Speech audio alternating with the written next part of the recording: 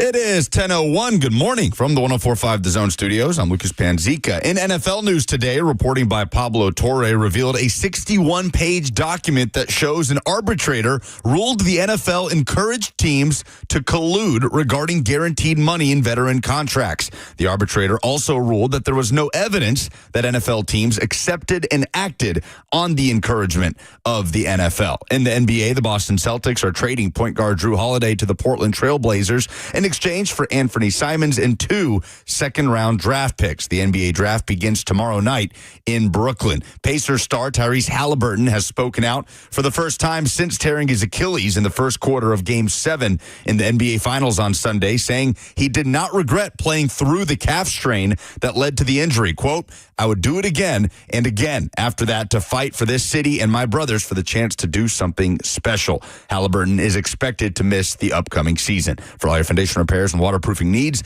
visit USSTN.com. Breaking news at once on your home for the Titans and Vols. This is 104.5 The Zone.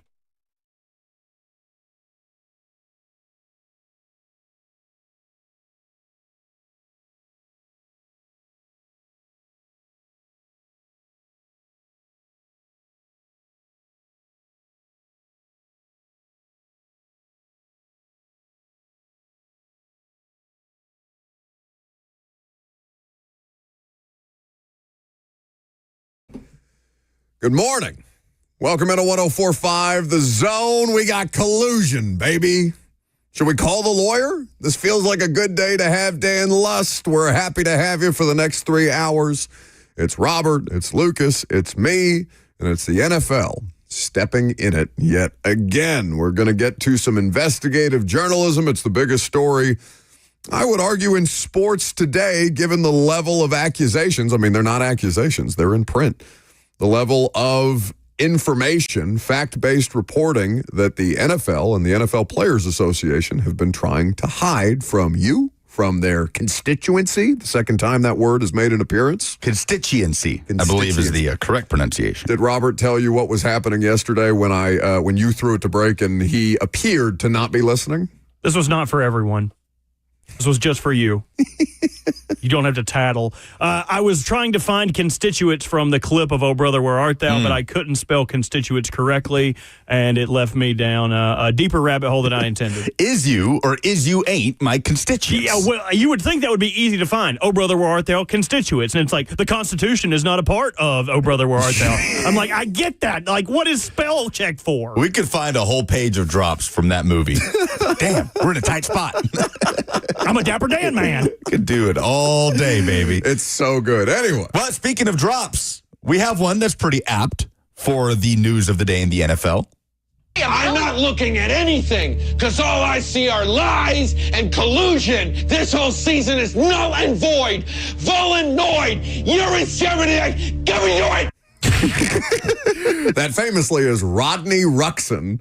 Played by Nick Kroll. Played by Nick Kroll. Rodney Ruxin is a character from the TV show on FX, The League, which had a tremendous run in the early to mid-2000s about a group of Chicago guys and their fantasy football league. Collusion, famously, one of the things that burned a consistent thread throughout the course of that show, and it seems here that is apt to what we're talking about today. So, there is some reporting, some really good reporting done here by Pablo Torre, who's operating.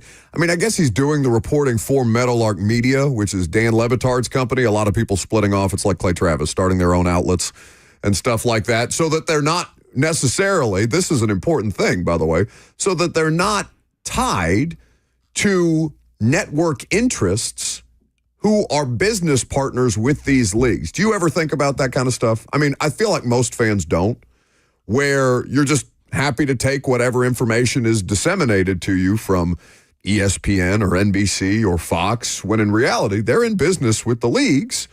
And a lot of times there is stuff that is not in the league's best interest to have out there in the world. I think people just kind of understand that with the NFL Network because the owners own it. And that, they're always going to paint things in a rosier, the NFL does everything right kind of way. I can't imagine there's a lot of headlines on NFL Network today about this lawsuit. Oh, no. I would definitely imagine not. But yeah, I mean, reporting in the NFL in NFL news typically comes in the fashion of agent communicating to reporter, hey, this deal got done, go ahead and put it out there before everybody else announces it publicly, right? This is a case of digging up information that both the NFL and NFLPA did not want you to have. So the NFL and the NFL Players Association were refusing to release a 61-page ruling by system arbitrator Christopher Droney, I believe is how I pronounce Christopher's last name, in the collusion grievance regarding guarantees in the contracts of certain veteran players. So Pablo gets the 61-page document that nobody's been able to get. And throughout the course of dissecting and reporting this out and providing additional context, there is on page 55 and 56 of this January 14th, 2025 ruling, quote, there is little question that the NFL Management Council, with the blessing of the commissioner, Roger Goodell, encouraged the 32 NFL clubs to reduce guarantees in veterans' contracts at the March 2022 annual owners' meetings. Collusion! That is correct. In other words, the NFL wanted its member teams to... Collusion! To collude, but yeah, close enough. You walked right into that one. That's fair. Collusion! I don't know. You wanted them to commit? He's doing something. Collusion! It's not fair when you don't make eye contact with either of us and you still play the drop. Either way, the NFL turns out colluding. All right? This is the thing that has been alleged many, many times over. I'm not here to relitigate the Colin Kaepernick thing because God knows I don't want that fight today. But the NFL and its 32 clubs are accused. There is little question that the NFL Management Council, with the blessing of the commissioner, encouraged the 32 NFL clubs to collude. I mean, essentially, Browns gave Deshaun Watson this giant, fully guaranteed contract. Yes. And the NFL is over here and sees that and then goes, hey, we can't be doing this. What are we doing here? No more of this. Let's dial this back a little bit. So the league had really staved this kind of thing off in two reported instances in 2011 and 2020. The league didn't want to concede full guarantees on a piecemeal, described as piecemeal basis, with one team at a time giving players fully guaranteed deals until they became the norm. Robert, this became an issue when your Baltimore Ravens quarterback was in the process of renegotiating his contract extension. Lies! With Lamar Jackson. And Lamar Jackson's efforts to secure a fully guaranteed contract while trying to represent himself. Now, there are some additional details, and this is a big enough story that we're going to be able to chew on it all day long with a couple of different angles here. We're going to let you hear from Pablo Torre as well, who has done the reporting on this. But I guess for the room and for the audience, 615-737-1045, you can also jump in on the F&M Bank chat, Facebook, YouTube, Twitter, and Twitch. Nobody's saying that this is going to be the demise of the NFL, right? Nobody's saying that this is a story big enough to bring down the most powerful sports league in North America.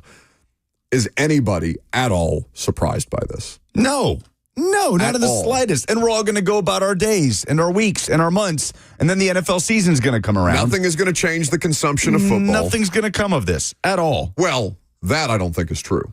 You don't think anything is going to come out of this? What could come out of this? The NFL Players Association finding out that the league that it is negotiating in good faith with is colluding to keep their membership down? NFLPA already knew this. This is not the NFLPA finding out with us. This is the NFLPA going through an investigation where the NFL encouraged teams to avoid guaranteed money for veteran contracts. But, like you mentioned, the arbitrator somehow ruled that there is no proof that NFL teams accepted or acted on said encouragement by the NFL. Which is a detail that we are going to be able to talk through in the next couple of hours. So other than it being a hand the NFLPA could play in negotiating with the next CBA, what else could feasibly come of this? Collusion! What consequences could possibly come out of this for the NFL when you have an arbitrator saying, yeah, there was a nod here, but nothing happened? So this is from, and it's an interesting way. Fans are suspect of, I think, or skeptical rather of a great many things at this point, because You get lied to, you get price gouged, you get a bunch of different things. It's never been more expensive to participate, to go to enjoy sporting events than it is right now. And that's ironic given how difficult a time teams are having, regardless of sport, to get people to show up to stadiums as opposed to just taking these things in from the comfort of their homes. S. Dot on YouTube says, but we the fans already knew the NFL does this. We have to sit and listen to people tell us how dumb it is just to be right. But again, the context that's important is the one that Lucas just articulated, which is, did they ever actually act on the head nod to collude? These are the details that are important here, and that would bring about the greatest amount of consequence for the NFL. So, like I said, there's a lot more details in here. We're going to have plenty of time to flesh it out. We're going to pivot and talk some actual football coming up next, because what do we do best? We find out that the NFL has at least been open to collusion, and then we quickly move on to talk about football, because that's how this business works. The most interesting thing about every division in the NFL is what we're going to do over the coming weeks, because we've got less than a month until the Titans report back for camp. So why don't we take a look at Robert Walsh's AFC North coming up next.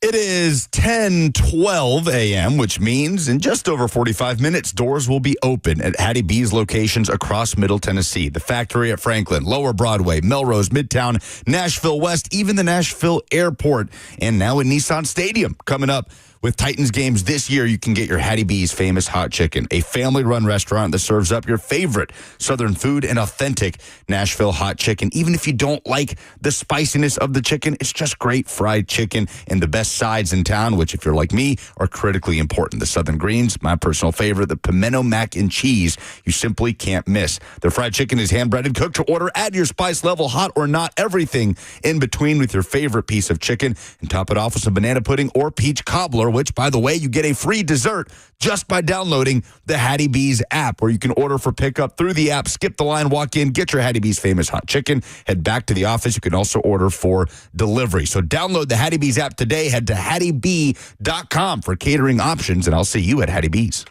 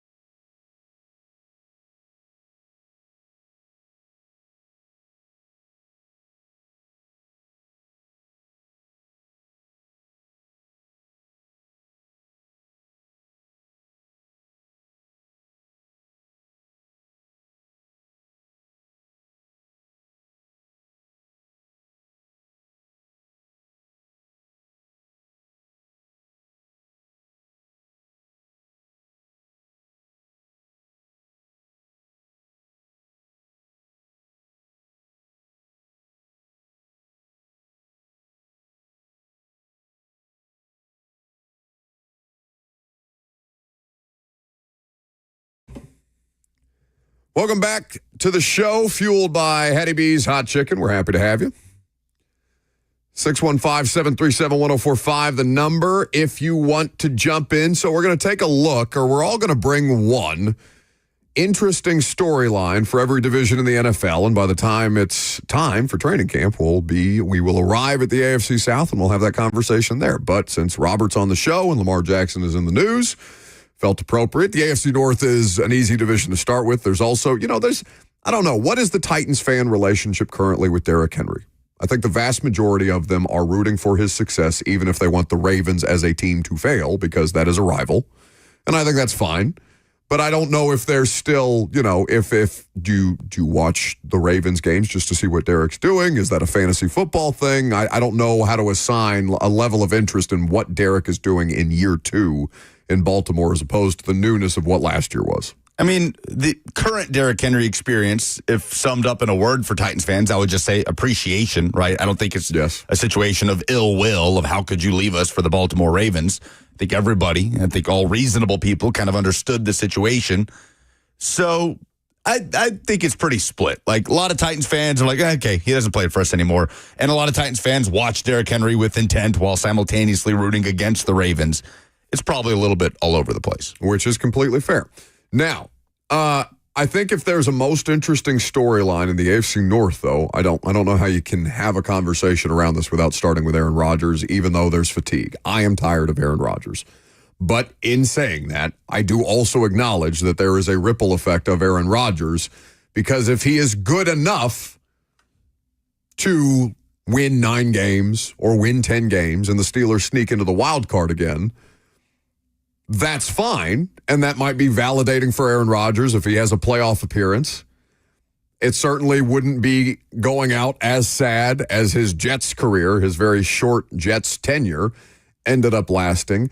But I don't think that Aaron Rodgers simply having a winning record and Mike Tomlin continuing his winning record streak, where he has never had a losing record as an NFL head coach, I don't think that's enough to keep things status quo in Pittsburgh. I think there's a legitimate fatigue.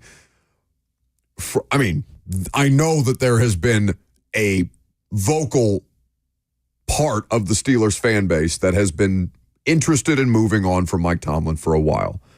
I don't know if Mike Tomlin has a legitimate ceiling there. The Steelers organization doesn't change things very often. How many coaches? It's like 3 coaches in the last 60 years or something outrageous. They don't make rash decisions, but it has been such a long period of time, and the Steelers' best days under Mike Tomlin appear, I hesitate to say that they are for sure behind them, but they do appear to be behind them, where they make it to the wild card and then they just get run by whoever their first round opponent is. It's been pretty dissatisfactory.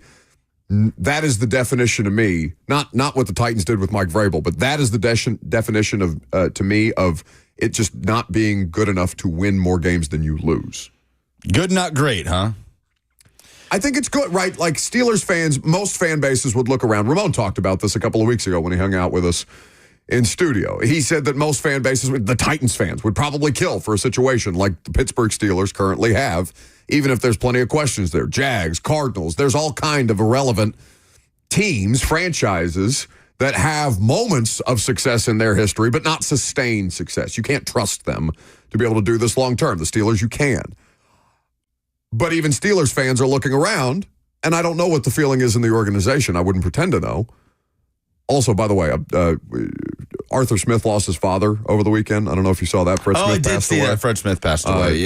Terrible thing. And somebody who had a huge impact on the state of Tennessee, obviously in Memphis, and then what he went on to do as the president and CEO of FedEx. But still, Aaron Rodgers and Mike Tomlin here they're not tied together, but they are kind of tied together. If for no other reason than they have actively tied themselves to Aaron Rodgers.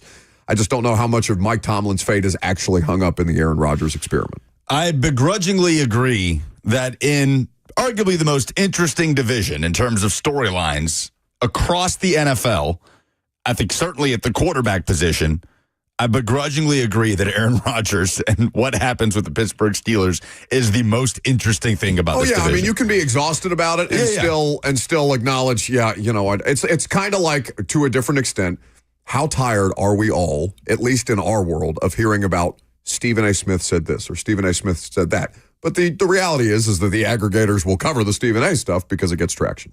I mean, the AFC North has a quarterback situation that is so jumbled and just all over the place with the Browns, and yet still the Aaron Rodgers to Pittsburgh conversation has carried more air than anything else in that division all offseason long, even just for the fact that it was, okay, is he going to sign yet? Is he going to sign yet? And then he finally signed. And now this experiment of Rodgers going to a stable and competent organization, regardless of where you think they are in terms of being mired in mediocrity, sort of at this point in Mike Tomlin's tenure, they are stable and they are competent.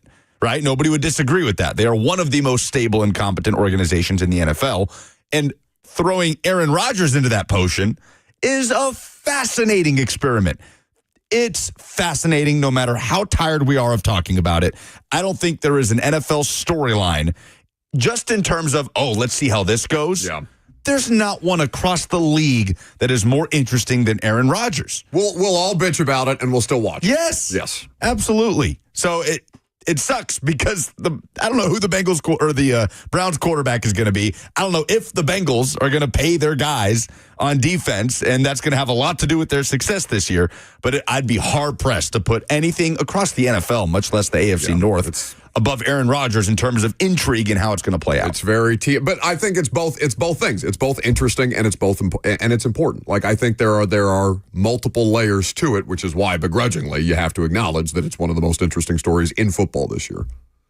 And especially when you couple the fact for the Steelers with, it kind of feels like they have pushed all their chips to the center. Yes. With the contracts they've handed out. If you look at the ages of the players that they're giving these contracts to, trading for DK Metcalf on top of that. So expending a lot of resources, going out and getting DK. I don't know if you guys know this. DK is the highest paid receiver in Steelers history. Yes, $30 million a year. So all that coupled together, it feels like the entire division is at different stages of lose big, lose small, win big. Like Browns lose big, Steelers lose small, Bengals win small, Ravens win big. And that's why in this scenario, I would say, at least for me, the Cincinnati Bengals are the most interesting because coupled with the fact of they have a team that is on the precipice of being a Super Bowl contender, they are doing things to hamstring themselves with the Trey Hendrickson situation, the Shamar Stewart situation, and most baffling of all, look at it from the Titans standpoint.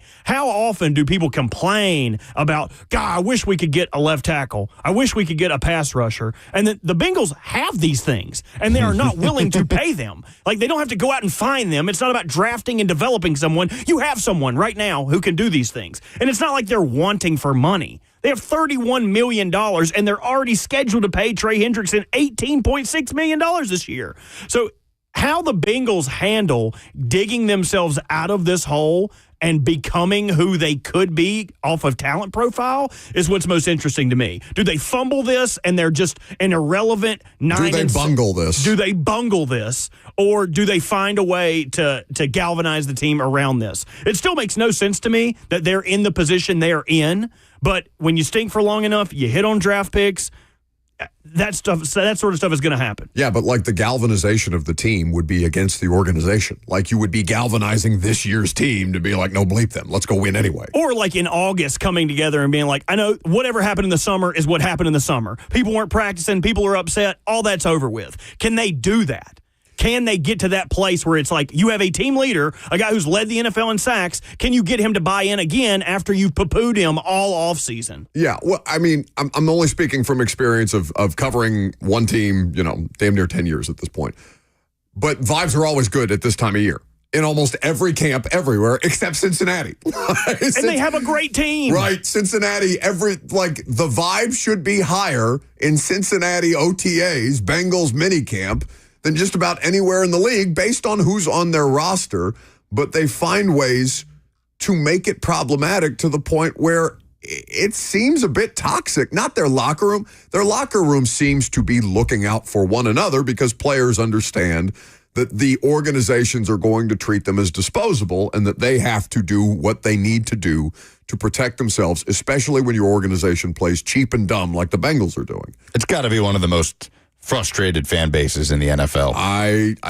Yeah. Well, what's worse, to be perpetual losers the way that the Browns are, and the Jags probably deserve a seat at this table, and there's other organizations that you could submit here, or to being on the precipice and having your team know that you have one of these guys and you're actively working against yourself. Mother bleepers. Yeah. Like, what are you doing? That would be insane. It would it would fill me with rage that I could not describe. I'd say have that's one worse. of those guys and just see my organization just pee down their leg constantly. I'd say it's worse.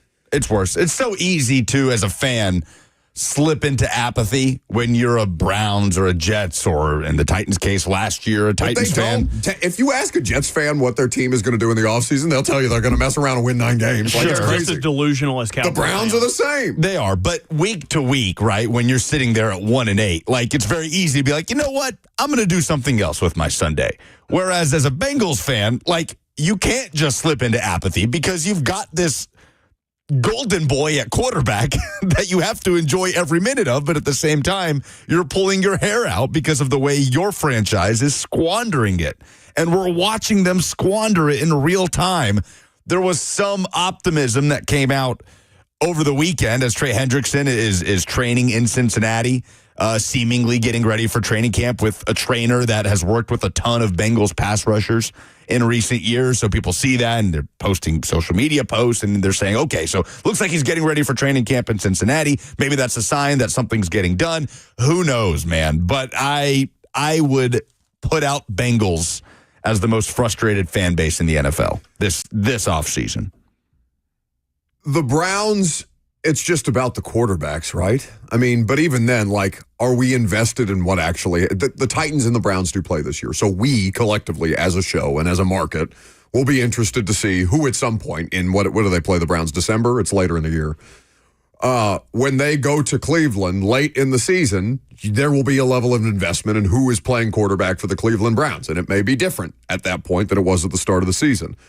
But, my level of care about Shador is really low, if I'm being completely honest with you. Like, I'm not actually invested in, other than I don't want to see him crash out, both literally and metaphorically. I don't want to see any player that, that has good intentions, that has earned the right to compete in the NFL. I don't want to see them waste or squander that opportunity. Actual investment or interest in what's going to happen with the Browns this year, I don't know. There will be headlines. I'm not actually invested in them, if that makes sense. Well, I just want to know who's going to be their starting quarterback. Sure. And then once we know that, if Joe Flacco, if it is indeed week 1, all right, it's Joe Flacco's show. It's going to be so easy to be like, okay, Browns over here. Don't care about the Browns anymore. And if Flacco falls short at some point, and then the cries for Shador, I mean, I don't even know if it would be for Shador at that point. Would it be for Kenny Pickett? Would it be for Dylan Gabriel? I don't know who the hell's on the roster by that point. The Browns, to me, are kind of like Law and Order SVU in more ways than one. That wasn't a Watson joke. But, if it's on, I'll watch it. But I'm not going to go out of my way to see how Olivia solves this crime. You know what I mean? I understand she's going to be like, freeze, at the end of it, and then Dick Wolf is going to show up, and, I understand what the game's going to be. I don't know. There was a time in my life where I was very invested in SVU. It's still on. I've never seen an episode. What? Shut up. That's crazy. That's impossible. Not even by accident? Not even by accident. I don't know how. That's like saying you've never watched Charmed just because you forgot to change the TV from TNT when you're watching the NBA. Never watched what? Charmed. I don't even know what that is. Jennifer Love Hewitt? Come on. What are you talking about? This is like me in movies. Lucas. I don't know what you're talking about. What is that a TV show? Yes, from the late 90s, early 2000s, about 3 witches. You don't know Charmed? When I think Jennifer Love Hewitt, I Know What You Did Last Summer and Garfield. It was Alyssa Milano. She's the love I interest said in the Garfield. wrong brunette. I didn't catch Heavy you. chested woman. Alyssa Milano's back in the news, by the way. She's doing weird TikTok dances where we're getting into Britney Spears territory. Don't say that. That's unfortunate. We're a little concerned. That's unfortunate. Yeah. You need to, if you're going to watch one SVU episode, you need to go watch the Robin Williams episode. Oh. It is exceptional television. Say no more. I'm in. What's it on? What streaming service? Tubi. It might be on Tubi. Get him out of here. They've got good stuff. Never seen Charmed. Next thing you're going to say, you never seen Buffy. Charmed for sure is on Tubi. There is no way that series is not on Tubi, as I continue to dismiss the free streaming platform. I've Anyway. seen Buffy. By the way, speaking of the Browns quarterback battle, Deontay Johnson, still around. He's a Cleveland Brown. Yeah, which is wild. It's like his sixth Did NFL you get a team. comp pick for him? For who? Deontay Johnson, because you had his rights at the end of the year? No, he was signed after the comp pick period. I was going to say, that would be diabolical if the Ravens were somehow able to get a comp pick out of that It was mess. a two-pronged approach, though, because not only could they potentially get a comp pick, the big thing was he had been bouncing from team to team, right? Traded from the Panthers to the Ravens, go to the Texans. They picked him up off waivers, so he couldn't sign with another team in the playoffs. So they held his rights, so basically he couldn't just glom onto another team and get a benefit of it. Well, he joined something called the Sports in Suits podcast, and I'm sure the Browns were thrilled to see that Browns wide receiver Deontay Johnson is projecting who's going to win the starting quarterback competition, saying, quote, I think they're going to roll with Kenny Pickett right now. Oh, God. He said, I've been seeing Kenny going like right now with the ones. Then Joe will come in. Who hosts this podcast, out of curiosity? No idea. I just looked up the YouTube. It had like 300 views. Johnson said, I think they're probably going to roll with him, talking about Kenny Pickett, just to see, like, he's coming off a season with Philly and having a Super Bowl. So I think they're going to stick with him through the preseason. Then, they can live with Joe and what he brings to the table. So he is projecting that Kenny Pickett is getting the reps with the ones right now in Browns practice. I take it back. If Shedeur gets cut, I'm interested. Like, I would be interested to see what happens with Cleveland if Shedeur gets cut. And I would also be interested in Shedeur at that point, not like as an acquisition, but just generally, like what the hell's going to happen there. But I guess that's not really a Browns story. That's just Browns adjacent. The only team that we haven't talked about is the team that won the division last year. The Ravens had the best offense in football. Is there reason to believe that they could be better this year? I think there's also reason to believe that they could be worse. They lost a lot of key pieces. They returned a lot of pieces on offense. The only piece they did not return was Patrick McCary, who went on a deal to the Jaguars, signing with them. So they will have a new left guard this year. Other than that, they're pretty much the same. They kept a lot of the same pieces on defense, cut a lot of dead weight in Brandon Stevens and Marcus Williams contracts, added Malachi Starks. So they went 1-for-1 in a lot of positions. Now Jair Alexander will fill Brandon Stevens' shoes. Where are you on Lamar and lack of team playoff success? I'm not going to make it a lack of Lamar playoff success because Lamar Jackson has played well enough to advance further than he's made it in the actual postseason. But that is going to start to become a talking point. I mean, it is a talking point, I'm sure, among Ravens fans, is it not? That the fact that they just keep stalling out, I'm sure it is in Buffalo, too. Well, the conversation is more around Mark Andrews and his lack of playoff success. He has been putrid in the playoffs, like double-digit drops. Reverse Dennis Pitta. Right, definitely reverse Dennis Pitta. So he has taken a lot of the guff for Lamar. Lamar, first day of mandatory minicamp when he spoke to the media, came back and was saying, like, I believe in Mark. I want Mark on this team. I told Eric I wanted Mark on this team, having his back. So I don't think at least a conversation in the locker rooms is about team success. I just think that's how the ball rolls. Like, not to quote Rand Carthon, but that's how the cookie crumbles sometimes. Sometimes you play a really good team. Well, you wouldn't be quoting Rand. You would be quoting Jim Carrey and Bruce Almighty. Okay, the ball doesn't roll your way. That was the quote. It was bounce, roll the ball, dice. Bounce, whatever. You're talking about the Detroit thing, the thing he got dragged for. We get his point.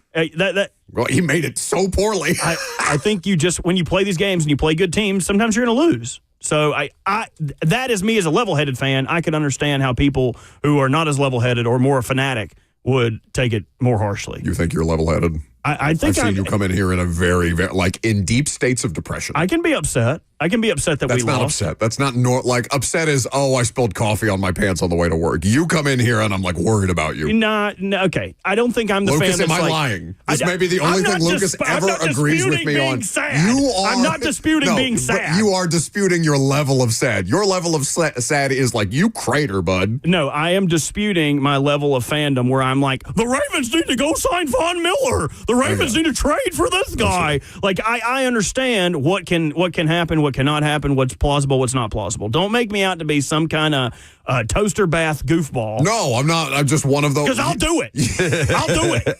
You won't. I do take sig baths sometimes, and Cheyenne gets upset. It's like depression naps. Why are all these ashes in the bathtub? Mind your business. Did your team lose today? God, yes, is she not a Ravens fan? Yeah, by proxy. I mean, like by osmosis. She sleeps next to me enough, and I dream about Lamar. She's a Ravens fan because she just doesn't want to deal with Robert after a loss. Most significant others are worried about their husband or their wife mentioning the name of some past lover in their sleep instead Lamar. of Lamar is just chewing on a raw sweet potato and muttering Lamar Jackson's name into the ether. She is a Ravens fan because she knows how much it affects Robert. And so she doesn't, like, Megan is the same way. Megan is an Alabama grad, but she wants Tennessee to win games. I don't feel like that's true. Because she does not want to deal with me after a Tennessee It's just loss. like, no, that was great, baby. Like, that's what they're telling us. They don't really mean that. Right. Yeah, we had this conversation yesterday. Baby.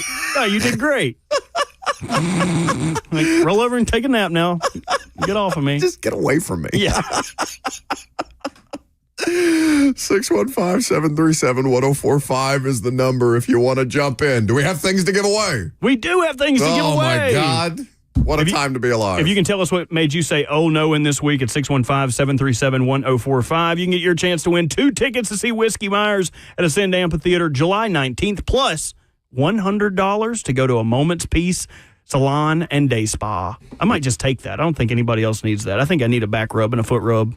I'm going to get a massage today. I'm fired up about it. 615-737-1045. Tell us what in sports made you say, oh, no. Next.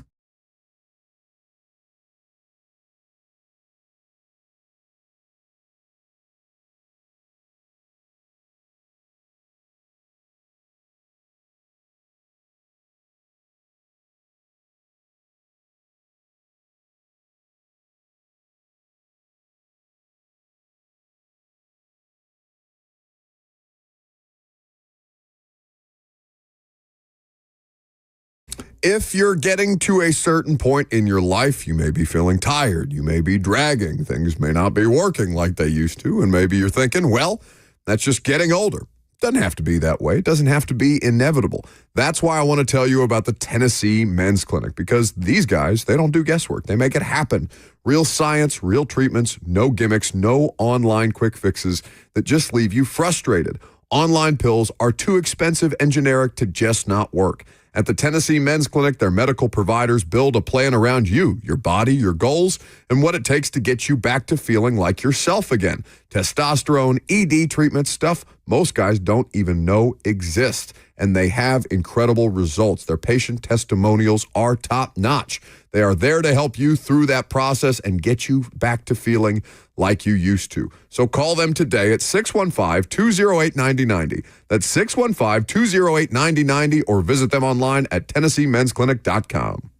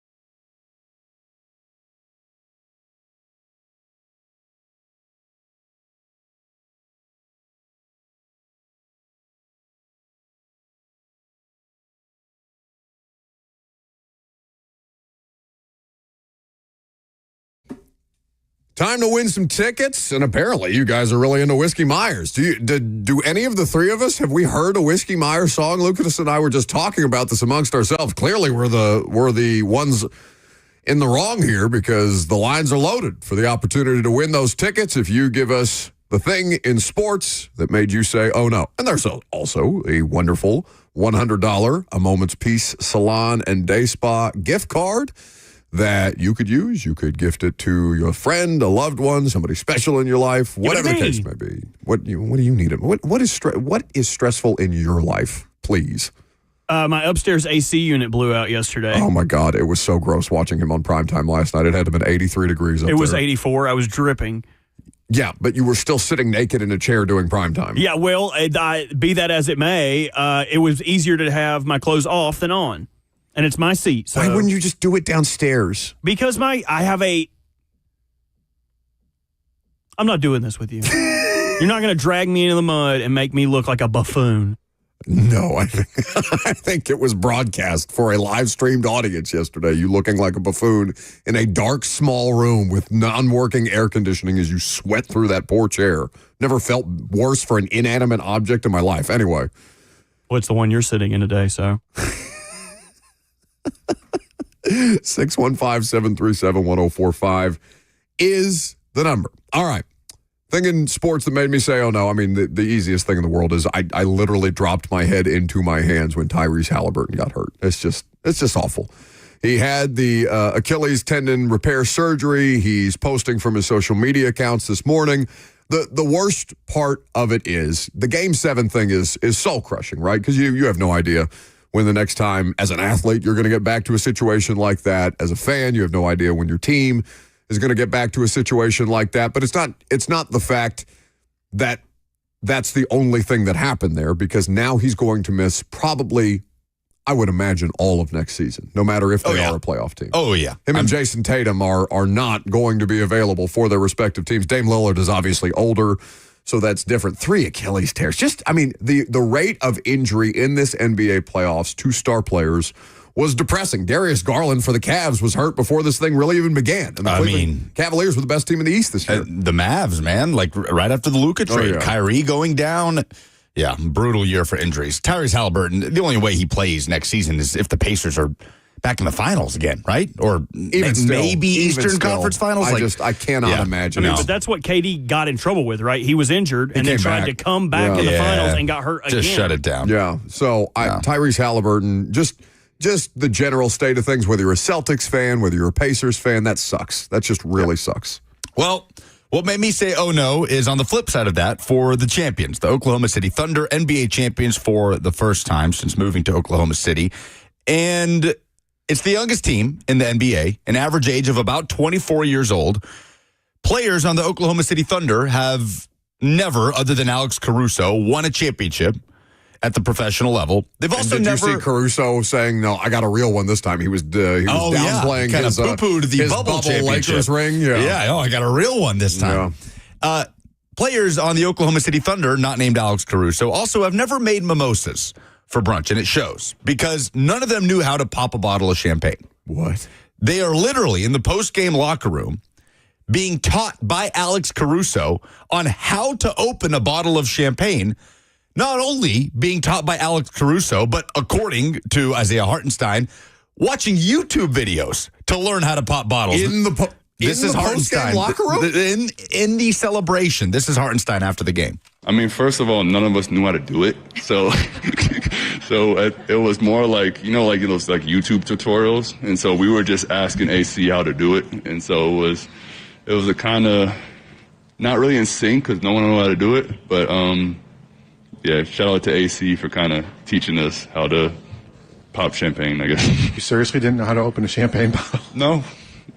I mean, when I won in Lithuania, they just drank hard tequila, so it's just hard liquor straight. So yeah, we had to learn from AC. All Oh, man. All right. So apologies. Isaiah Hartenstein has won a championship at the professional level, but I love that he revealed that it's just hard liquor in the post-game locker room in Europe. God. We've got beer and champagne over here in the NBA. In Europe, they're just going straight up. I saw a video of Jalen Williams drinking a beer and like being disgusted by the beer. Did you guys see that too? Yeah, there was a quote from him about it. Like, yeah, this was my first time drinking. I took some shots. I tried some champagne. I had a beer. It was all gross. I'm going to stick to Shirley Temples. Was his actual quote. Oh, really? Yes. Is this a generational thing? Like, seriously, is this a generational thing? Because there are legitimate studies and reports out there about like younger generations not being as interested in drinking and things like that, and being way more prone to edibles or smoking pot or whatever the case may be. Like, given how far spread legalization of THC products is now. I wonder if that's not also a part of a generational thing where they're like, I'd rather just pop a gummy and chill. I don't know. I think this might just be the most wholesome championship team in sports history. You would think so. Until my own no. So they figured it out. They got the bottles open, and apparently SGA figured out how to get the liquor down. Have you guys seen his Good Morning America? Oh, I thought appearance? that was also a gummy. Nah, it might have been a little bit of this, a little bit of that, a cornucopia of debauchery, if you will. Here was SGA being asked on Good Morning America. Yeah, how does it feel to be a champion? Yeah, it's everything I imagined it to be. The opportunity has been amazing, and I'm happy and I'm blessed to be a part of it. Okay, have you been to sleep, Shay? Have you been, because you look a little sleepy. Did you get any rest since last night? I got some rest, not as much as I'd like, but hey, you only live once. That's right, and you are living your best life right now. We're living your best life. God, those shows are so. You ever get your car worked on and like it's on and you're like, this is what the oldie goldies are watching? Like, that's what everybody used to watch. It's crazy. I remember. Robin Roberts, legend. I mean, hell, our version of that was Good Morning Football until they, mangled that cast, respectfully. I miss Regis and Kelly, but that's just Regis me. and Kelly were great. That's the last like daytime television show I feel like I watched, just because it would be on somewhere. But anyway, SGA, you can't see, obviously, or listen to it, so you can't see the visual, but he's kind of... His eyes are bloodshot. Oh, yeah. You know when dogs kind of like smile? Like dogs would be like, oh, look, he's a happy boy. They're like, SGA joins us, and he just has this sheepish, like, dog-like smile. He looks so tired. Like he does not want to be here at all. Well, it reminds me of, remember Stetson Bennett's Yes. Good Morning America interview after the national championship? Well, that was also telling because then Stetson Bennett would go in and out of, wasn't it a rehab situation? No, it wasn't. I don't think it was a rehab. I don't think it was There defined. Definitely like a public intox situation, but look, this is a celebration off of a national championship. Okay. Like my expectation for these athletes is to look tired and dreadfully hungover with these interviews, right? At 6 a.m. on Good Morning America. Are you kidding me? The morning after? With everybody smiling because they're smiling fake smiles because they've been up since 2 a.m. manically going over whatever the hell their story of the day is. But Stetson Bennett was lights on, no one home in that interview. I would 100% have to put that in my contract that, you know what, I am not going to be interviewed after these. You got to give me a day. Don't hit me up at 6:30 the next day. Talk to a trainer, talk to my wife, talk to my dog, talk to my coach, talk to anybody else. I'm not doing it. Yeah, make the coach do it. Yeah, like what happens if I didn't show up? Do what they did when Pope Leo was named the Pope. They just interviewed every member of his family for like 3 days. Or I would be down with this. Have a puppet interpreter for me. So a puppet that can speak on my behalf that someone else is obviously mangling because I'm snoring, hawk-shooing in the background. 615-737-1045. We're going to give you guys the opportunity to win these tickets coming up next.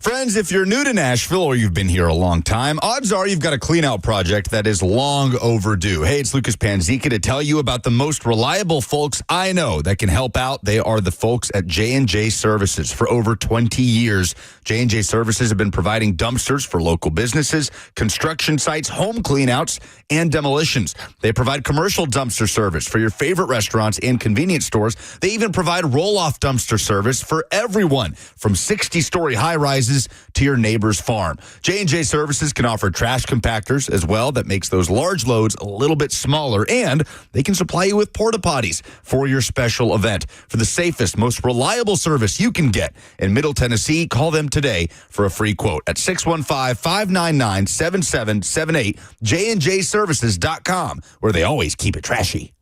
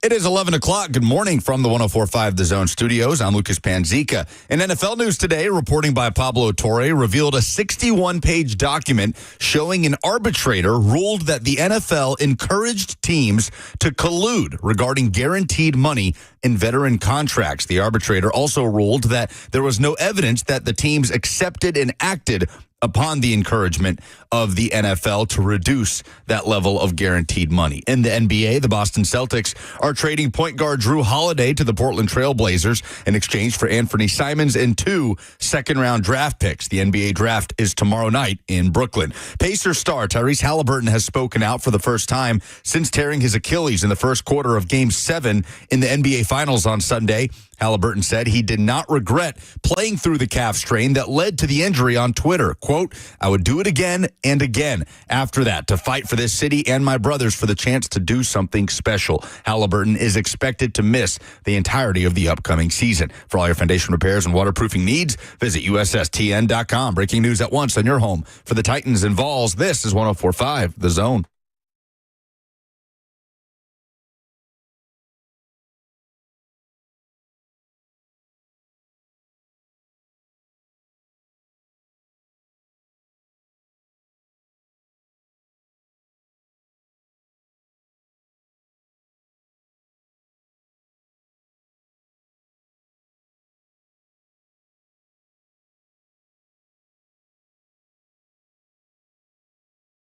All right, we did our version of what in sports made you say, oh no. Now it's your turn for the opportunity to win some tickets. We are also going to get into a couple of different things in this hour. There's a top 5 draftable players list out there that we are going to discuss and where Tennessee players might fall in that list. We will talk about. There's also that Jon Jones story from the weekend we haven't gotten to yet. There's a lot of things to discuss. The news of the day is this 61-page arbitration filing that the NFL and the NFLPA have been trying to keep secret, that Pablo Torre has been able to uncover, that at least makes it look like, or at least has actual proof in writing, documented, that the NFL and its ownership did consider colluding to keep veteran guaranteed money down. That is something that is being discussed a lot today. We are going to get back to that story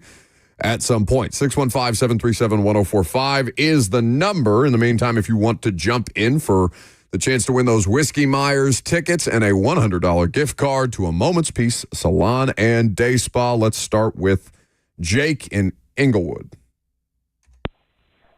Well, good afternoon, gentlemen. Oh, are you there? What's up? Hey, I was going to say my biggest oh no has to be the College Baseball World Series. I think the home plate umpire needs to go to the Tennessee Men's Clinic because that was the worst case of premature ejection I've ever seen. Lucas's face was so scared when you said that, Jake. Well done by you. Thank you for the call. Remember to stay on hold for the opportunity to win those tickets.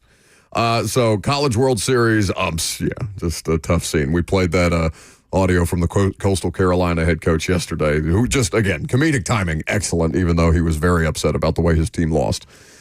Peyton is in Hendersonville next. Hey, good morning, guys. Hey. My thing that made me say oh no was the Suns and the Rockets had a trade for Kevin Durant over the weekend. Kevin Durant's still getting traded for the top 10 pick in this year's draft, 5 second-round picks, Jalen Green, which is a rising talent in the league, and Dylan Brooks. It's like Kevin Durant's getting traded because of his name, not because of his actual talent. He's definitely on the wrong side of his career, and I feel like it's probably one of the worst trades since the Luka Doncic trade. That's the thing that made me say oh no. Well, you are entitled to that opinion, even if I think that's loud wrong. I mean, you were loud about thinking Kevin Durant. What, one segment with Slay totally changed your opinion? No, him calling it the worst trade since the Luka trade is insane. What's the worst trade since? I mean, I'm just playing devil's advocate. Like, since the Luka trade. A worst trade since the Luka trade? Mm-hmm. Or I'm sorry, did he say the worst trade since or as bad of a trade? No, he said the worst trade since the Luka trade. Okay, I misunderstood it's not, they didn't give up a king's ransom for one of the best players in the NBA. You talking about Durant? Yeah. Yeah. Listen, I don't think that Kevin Durant is a bad player. I just don't think Kevin Durant is at the peak of his powers anymore. That's all. That's the only case that I was making. I think his position is extreme there. I don't think it's that bad of a trade. Kevin Durant is still a very competent basketball player, and he, I think, is going to add something to the Rockets that they didn't previously have. I don't know if that makes them, I mean, is this something that smarter basketball people than me would be able to have this conversation, but is that something that's being talked about as elevating the Rockets to a championship contender? I sincerely doubt it. I think the Suns could have gotten more for Kevin Durant. Right, and he's arguing that they got too much. Is he? I thought he was arguing the other way around. Peyton, clarify this because either we weren't listening well enough or we're confused. Are you saying that the Kevin Durant trade was bad because you don't think Kevin Durant is as good anymore? No, what I'm saying is to trade him for a 10th overall pick in the upcoming draft, 5 second-round picks, and 2 players is, I feel like that's insane on the Suns' part. I mean, on the Rockets' part for giving that much up for a player that's well into his 30s. Yeah. Okay. Thank you for clarifying. I see. Well, the price, as we'll hear later on in the show from Brian Windhorst of ESPN, came down significantly because Kevin Durant kept shooting down trades that were coming at a much higher price than what the Rockets ultimately gave up. The only thing that felt excessive about that trade was Jalen Green. Like second-round picks, even a top 10 pick in the NBA doesn't mean anything. Yeah, the value of it, Those right? guys don't, I mean, it's the percentage of first-round picks in the NBA that pan out at all is very, very low. Yeah, and second-round picks, a lot of those guys are going to be on two-way contracts anyway. Like, it's not like those guys are huge acquisitions. Right. Like, for every Jokic, there are 100 guys that don't even make an impact that play in the G League their entire career. Yeah, you definitely can't apply, like, NFL framework. It's not even remotely the same. I think it was a good trade because the Rockets didn't have to give up multiple future firsts. Giving up a 10 this year, that and Jalen Green are the biggest pieces. Yeah, Jalen Green for sure. Yeah. I mean, I'm with you on the second-round picks, but you can find plenty of franchise-changing players have come in that range of 10th overall. Oh, sure, but far more just don't do anything. Right. Like there are players that exist, to your point, absolutely, but it's the percentage of those guys that actually make it is I think not what Frank you think Kaminsky was the 10th overall pick the year he was drafted. So you could get a Frank Kaminsky. And Frank had a decent career. He wasn't bad. But he wasn't like someone that transcended or elevated the team. Would you rather have Frank Kaminsky as a rookie or 37-year-old Kevin Durant? I might rather have 57-year-old Kevin Durant. I think that's fair. 615-737-1045 is the number. Remember to stay on hold for the opportunity to win those tickets. How about Lucas in Hendersonville? Good afternoon, fellas. My oh-no is Tommy Fleetwood at the Travelers Open. He goes into the 18th hole with a one-shot lead. He's never won a PGA event in spite of being one of the best golfers in golf the last few years. He and Keegan Bradley both hit one down the middle to start the round, and he's out, so he leaves it. He hits his next shot, and he's about 50 foot away on the edge of the green. Keegan Bradley sticks one 5 foot away, so he's up first. So you're thinking just get it close, go to a playoff, and he leaves it a foot short directly in the line of Keegan Bradley and then misses and gives him the perfect read, and Keegan Bradley sinks the putt and he loses. Yeah, it's a sickening collapse. I saw the highlights. I wasn't watching it on television, but it's a great submission by Lucas. Thank you for the call. Really tough. All right, Eric is in Springfield. Hey, good morning, guys. So mine undoubtedly has to be the Halliburton injury. I already know you said this, Buck, but I've been thinking about it all week. It sucks just the way it happened because he's such a good guy. He was going off that game. It was Game 7. As we know, he had 9 points in 7 minutes. He was 3 for 4 from 3. And just whenever that happened, I was watching the game at a buddy's house, and all collectively, all 7 of us just all yell, "Oh no, his Achilles just tore." Yeah. And it was tough to watch because we're not Pacers fans, but we were rooting for him. We had some friends that went to Belmont, so we're rooting for Ben Shepherd. It was just a heartbreaking moment and something that just makes you say, "Oh no," and just praying for a speedy recovery for Tyrese. Yeah, and he, like I mentioned, he is posting from his social media accounts that he had the successful surgery, I believe, yesterday. All right, Jason and then Sean, and we'll wrap this up before we move on. What's up? What you got, Jason? Hey guys, game one, College World Series, hits hard to come by. It's 3-2 count for Dickinson for LSU, and gets hit by a pitch. It's challenged, and then he's out because he supposedly stuck his arm out. What are we doing here? Yeah, it's a 3-2 count. He should have been a ball, and then he should have walked. Yeah. Oh, it's there are a couple of these submissions from the College World Series that people were talking about after the fact. Sean, wrap us up here. All right, so it is in a World College game, whatever. So I believe the umpire had a list who had to call out the reviews. He had a what? I'm sorry? A speaking list. Oh, a lisp? Yes. Okay. Thank you for the call. Jake, gets the tickets. Yeah, Jake's right? got the, Jake gets the tickets. Delivery. We peaked real early. We petered out real bad on that last one. The World College, whatever. Such a silly submission. Yeah, it's just. Are we still lisp shaming? No, I don't think you can do that. I had a friend in college that wanted to, or not.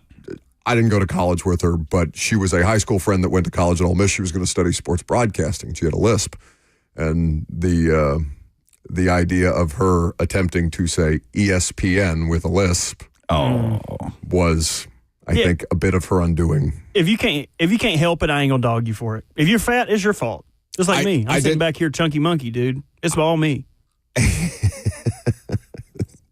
So yeah, congratulations to Jake in Englewood. He's getting the tickets to Whiskey Myers and that $100 gift card to a Moment's Peace Salon and Day Spa. B. French says, maybe take a few more callers. Yes, because that's always been a successful formula around here. More of them.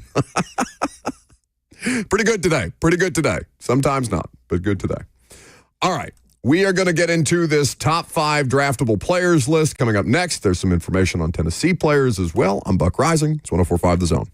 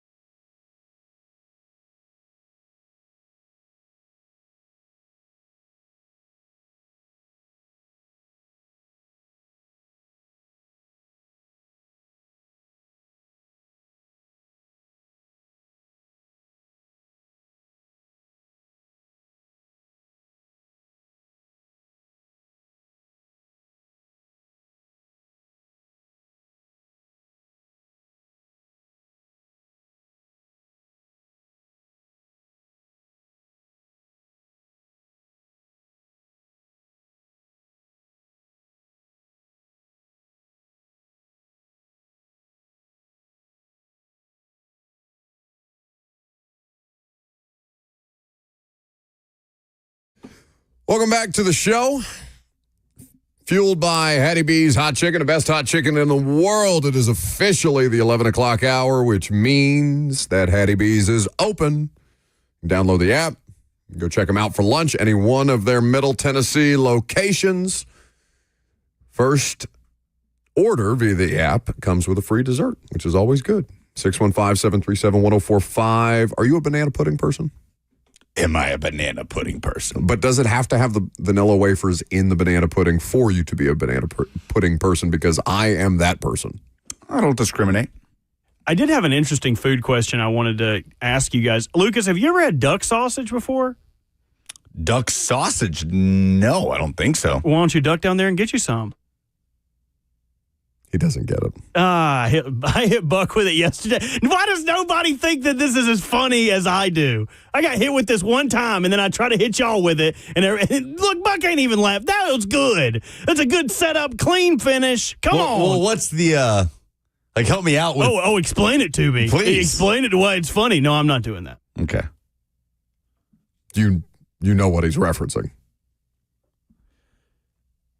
You're going to have to... Why don't you duck down there and get you some? You don't have to explain it. You're ruining the whole joke. You didn't do it. Now I have to because your joke wasn't funny. Nobody has to go, hey, I'm going to tell you a joke. Why do people get a rib removed? Oh. Well, that's just crass. It's a little gauche. It's so gauche. He's so mad. He howled with laughter last night thinking he was going to be able to get you with that today. It's kind of like... people have been talking crap about you, right? They've been saying you sound like an owl.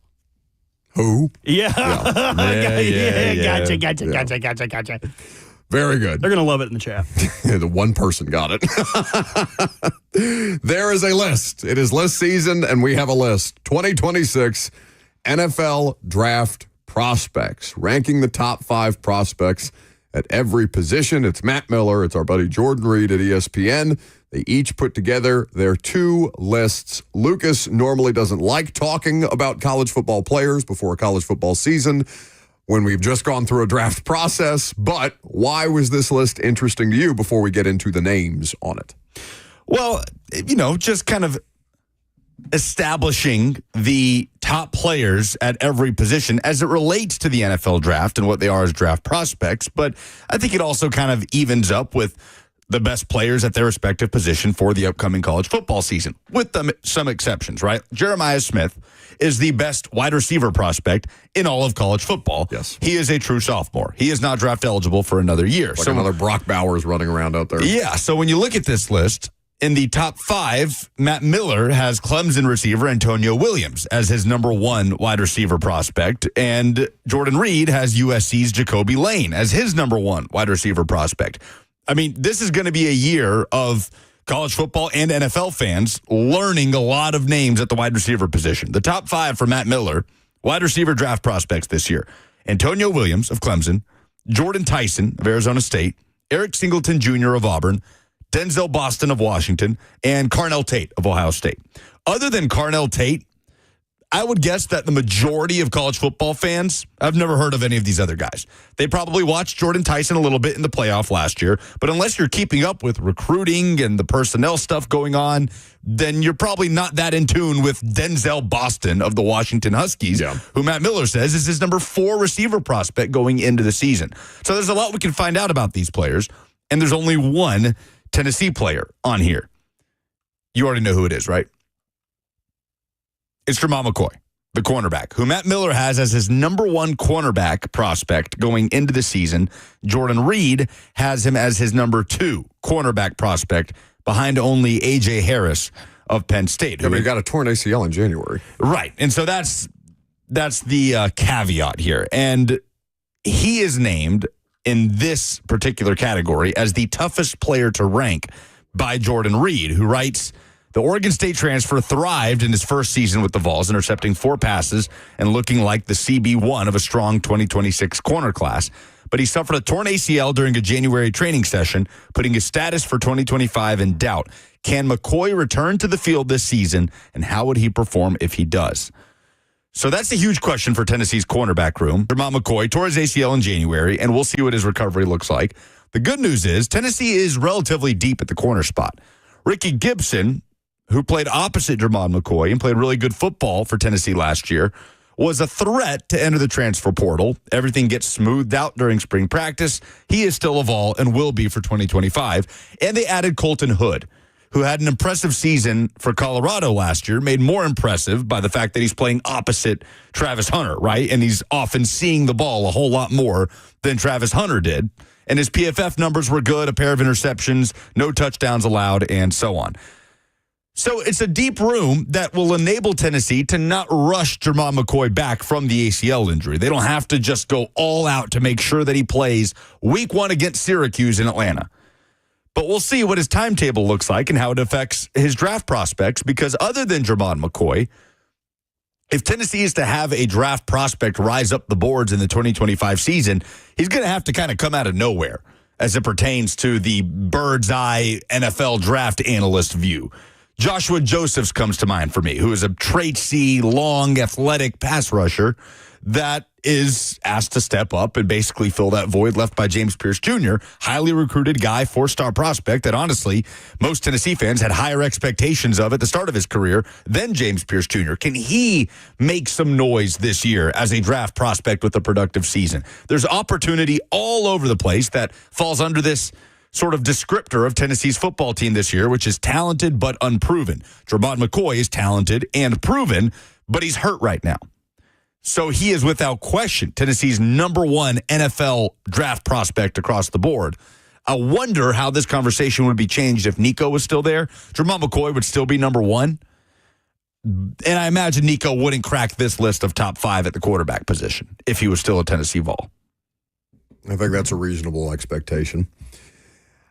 So the rest of the list, just to go through it, as they've got it broken down by position. Again, ESPN.com, Matt Miller and Jordan Reed, the draft analyst, taking a look at the upcoming crop of college football players who will be draft eligible and their top 5 at each position. Any surprises the quarterback list is the same. They're just not in the same order, where Matt Miller's list is Cade Klubnik is the best draftable quarterback prospect. Let me say it that way. Not the best college football quarterback. Cade Klubnik, Garrett Nussmeier at LSU. Fernando Mendoza is getting a lot of love. The Cal transfer to Indiana. I know McShay. Didn't Todd McShay and Nate Tice both come out and say that he's their best draft prospect at the quarterback position? A wide receiver's dream is what I saw from Todd McShay. Lenoris Sellers, Drew Aller, and that's the top 5 for Matt Miller. For Reed, all 5 of those players are still on the list. It's just Klubnik first, then Sellers, Garrett Nussmeier, Drew Aller, and then Fernando Mendoza is 5 on Jordan Reed's top 5 list. So the Todd McShay quote was, and this was from back in December, Jeremiah Smith would be the number 1 pick in the 2025 draft. This previous draft where Cam Ward was selected number 1. Yeah, it's crazy. I mean, would anybody really push back on that? I wouldn't. Yeah. You know what else I wouldn't push back on? What do you got?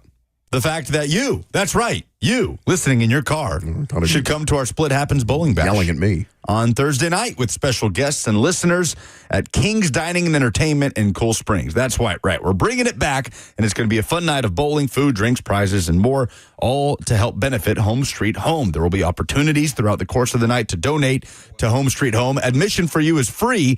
You just got to RSVP now at 1045thezone.com. And also on Thursdays, anytime you want to swing by King's Bowling, they have bowling burger and a beer for just $30. It's an hour of bowling along with the choice of any burger and any draft beer. That is a solid deal. Hope we see you guys out at King's Bowling on Thursday night. 3HL will be broadcasting live as well. You want to do it or should I? It's this Thursday. That sounds like a lot of fun. Very excited. What'd I say? That's what? Is it that right? That's right. Or what did you say? What is happening? He doesn't even know. It's subliminal at this point. He's so mad. Inside joke between me and Robert. It's okay. 615-737-1045 is the number. So the top wide receivers on these lists. Antonio Williams at Clemson is, and again, these are draft prospects. Antonio Williams at Clemson, Jordan Tyson, Arizona State, Eric Singleton at Auburn, Denzel Boston at Washington, and then, of course, Carnell Tate at Ohio State. Both lists look the same. They just have these players in different orders, and that's basically the same. The running back list has a little more variety to it, where Jeremiah Love from Notre Dame is going to get a lot of, no pun intended, love this season. He's an excellent player. He played through injury, tried his best to play through injury in the college football playoff and just wasn't able to give it his full go. And obviously a great deal of their offense was built around him and the way that Riley Leonard was also able to contribute on the ground. So let's talk about this in the way that you would rather talk about it, the best college football quarterback on this list. Because I keep wanting to make Drew Aller something that I don't think he is. And I don't know why I keep doing that.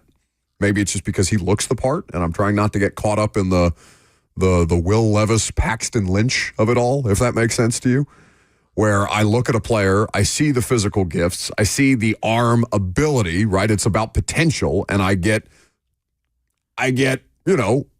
more intrigued than I otherwise would be, and then I have to take into consideration, well, is Penn State's offense going to run in a suitable way? Are they tailoring the offense in a way that would benefit Drew Aller, or is Drew Aller somebody who is having to adapt to an offense that, does not get rave reviews on a regular basis, where they're doing gadgety, gimmicky things with Tyler Warren at every turn to try and manufacture explosive plays?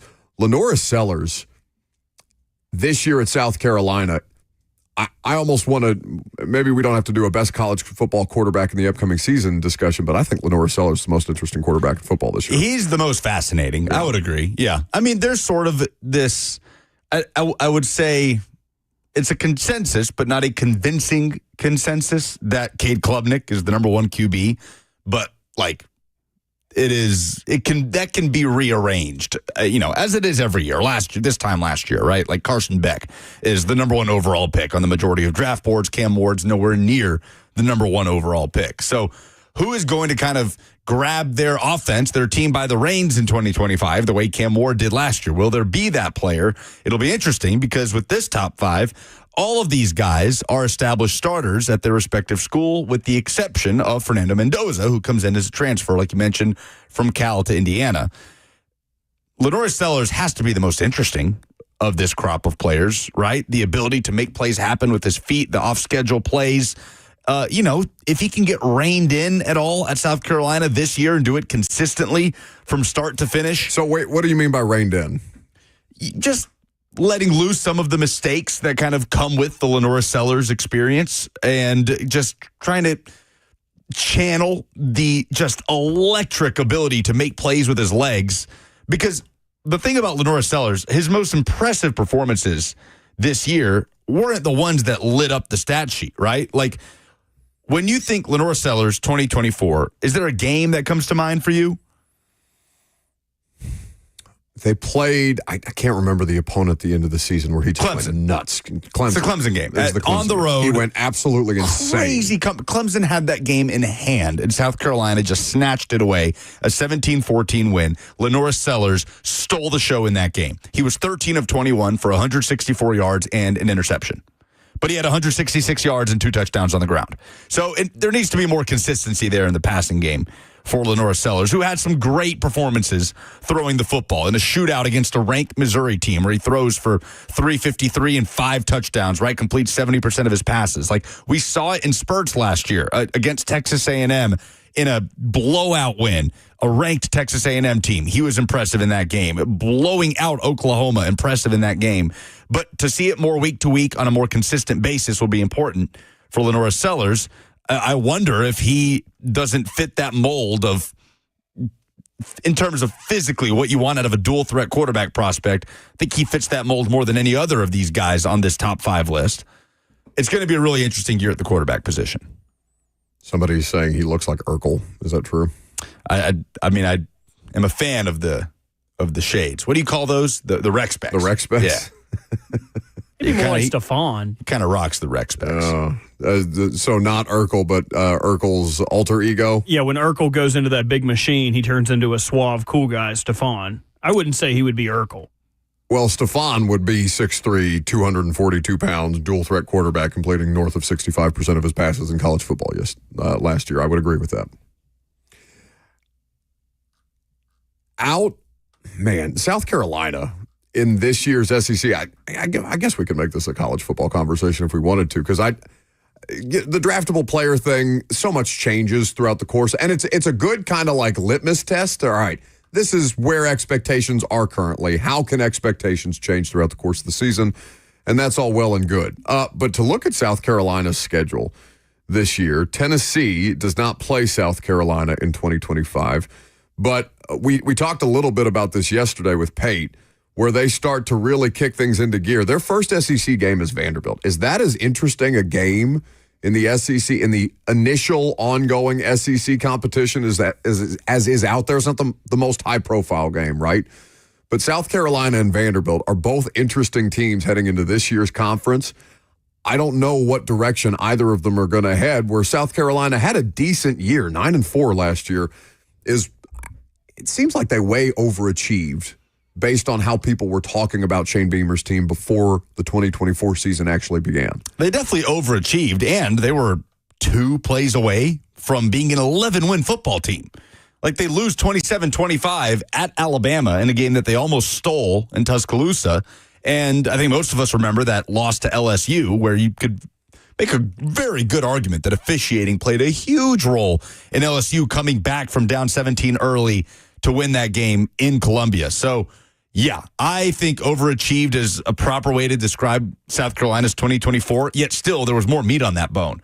So now Shane Beamer, with an established guy at quarterback in Lenore Sellers, who really burst onto the scene last year. Nobody was talking about Lenore Sellers until about midway through the 2024 season. With an established guy at quarterback and a legitimate star on the other side in Dylan Stewart, the pass rusher, and a solid talent base built around those guys, can you elevate to the point that only Steve Spurrier has ever elevated South Carolina to, and that's winning 10 games, a 10-win type of program at South Carolina, which, unlike the Steve Spurrier era, is good enough to get you into the college football playoff in this 12-team, about to be 16-team era. That Vanderbilt game in week 3 is a fascinating test for both. And interestingly enough, they share an opponent before that game. South Carolina hosts Virginia Tech in week 1. Vanderbilt travels to Virginia Tech in week 2. And then South Carolina and Vanderbilt will meet in week 3 at South Carolina. Kind of a weird schedule quirk there, but it's an interesting measuring stick for both of those teams that are trying to elevate in 2025 in different ways with different standards, right? Like for South Carolina, now it's about, all right, we missed out on the playoff, or we're acting like we should have got in. I don't think they should have got in. But now the expectation is be in the college football playoff. It has to be the expectation for South Carolina this year. For Vanderbilt, the expectation is elevate to 7-8 wins. I mean, that feels like it would be a huge step for Clark Lee and his program. So that's going to be a fascinating litmus test in week 3, September 13th at South Carolina. I'm going to try to go to a Vandy game this year, just depending on the schedule, because that Vanderbilt LSU game, just kind of now we've gotten into schedule talk in the SEC, but that's fine. This is worth looking at. Vandy's schedule right now is hosting Charleston Southern, at Virginia Tech, then at South Carolina, Georgia State, which probably prevented them from having an 8-win season last year, which was a significant loss in that spot. Utah State, at Alabama, home for LSU, home for Missouri, at Texas, home Auburn, and Kentucky, before on the road at Tennessee, which is, of course, the thing that the vast majority of people in this state are going to be paying attention to. So which one would you go to? Probably that LSU game. Lies!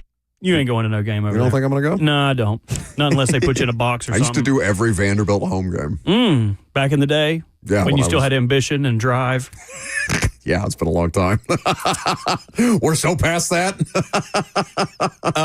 Aaron Rodgers has made a statement about the future. No, we're not doing that today. Of his we're doing career that tomorrow when you're not. Beyond Pittsburgh. Yeah, we're not doing that. Oh, did you guys communicate about that? Yes, we did. Oh, We've been colluding. We knew if we got you talking about SEC schedules that we could figure out what we're doing tomorrow. Everybody's going to know what he said by tomorrow. That's fine. I have a chance to actually tease something and tell people. Yeah, I don't care. Now. You decided that you had to, abscond off to Foxborough to do soccer, so the Rodgers thing is tomorrow. It's not our fault. It's your fault. And collusion. Mm-hmm. Behind the KD trade. Next. He said he's pretty sure this is the last year.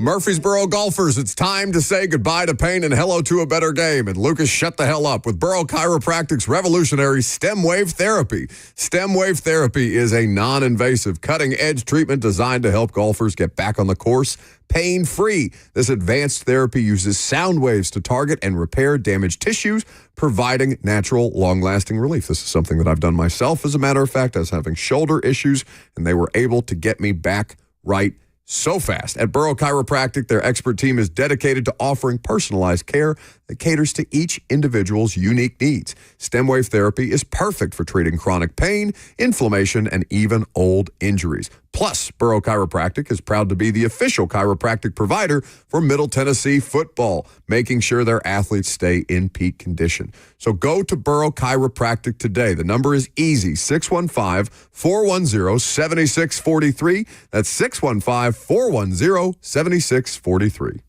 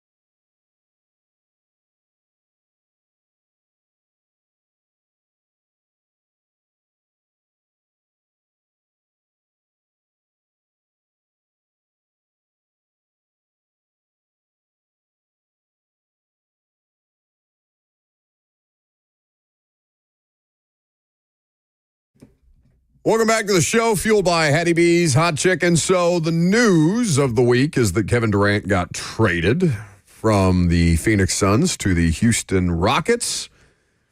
Doing it on the morning, or I guess the day of Game 7 of the NBA Finals, is a unique situation. But that was indeed the case. He found out on the stage at Fanatics Fest while he was being interviewed by Taylor Rooks. A handful of people thought that he would be more surprised than he was. All he kept repeating up there on the stage was, "We're going to see."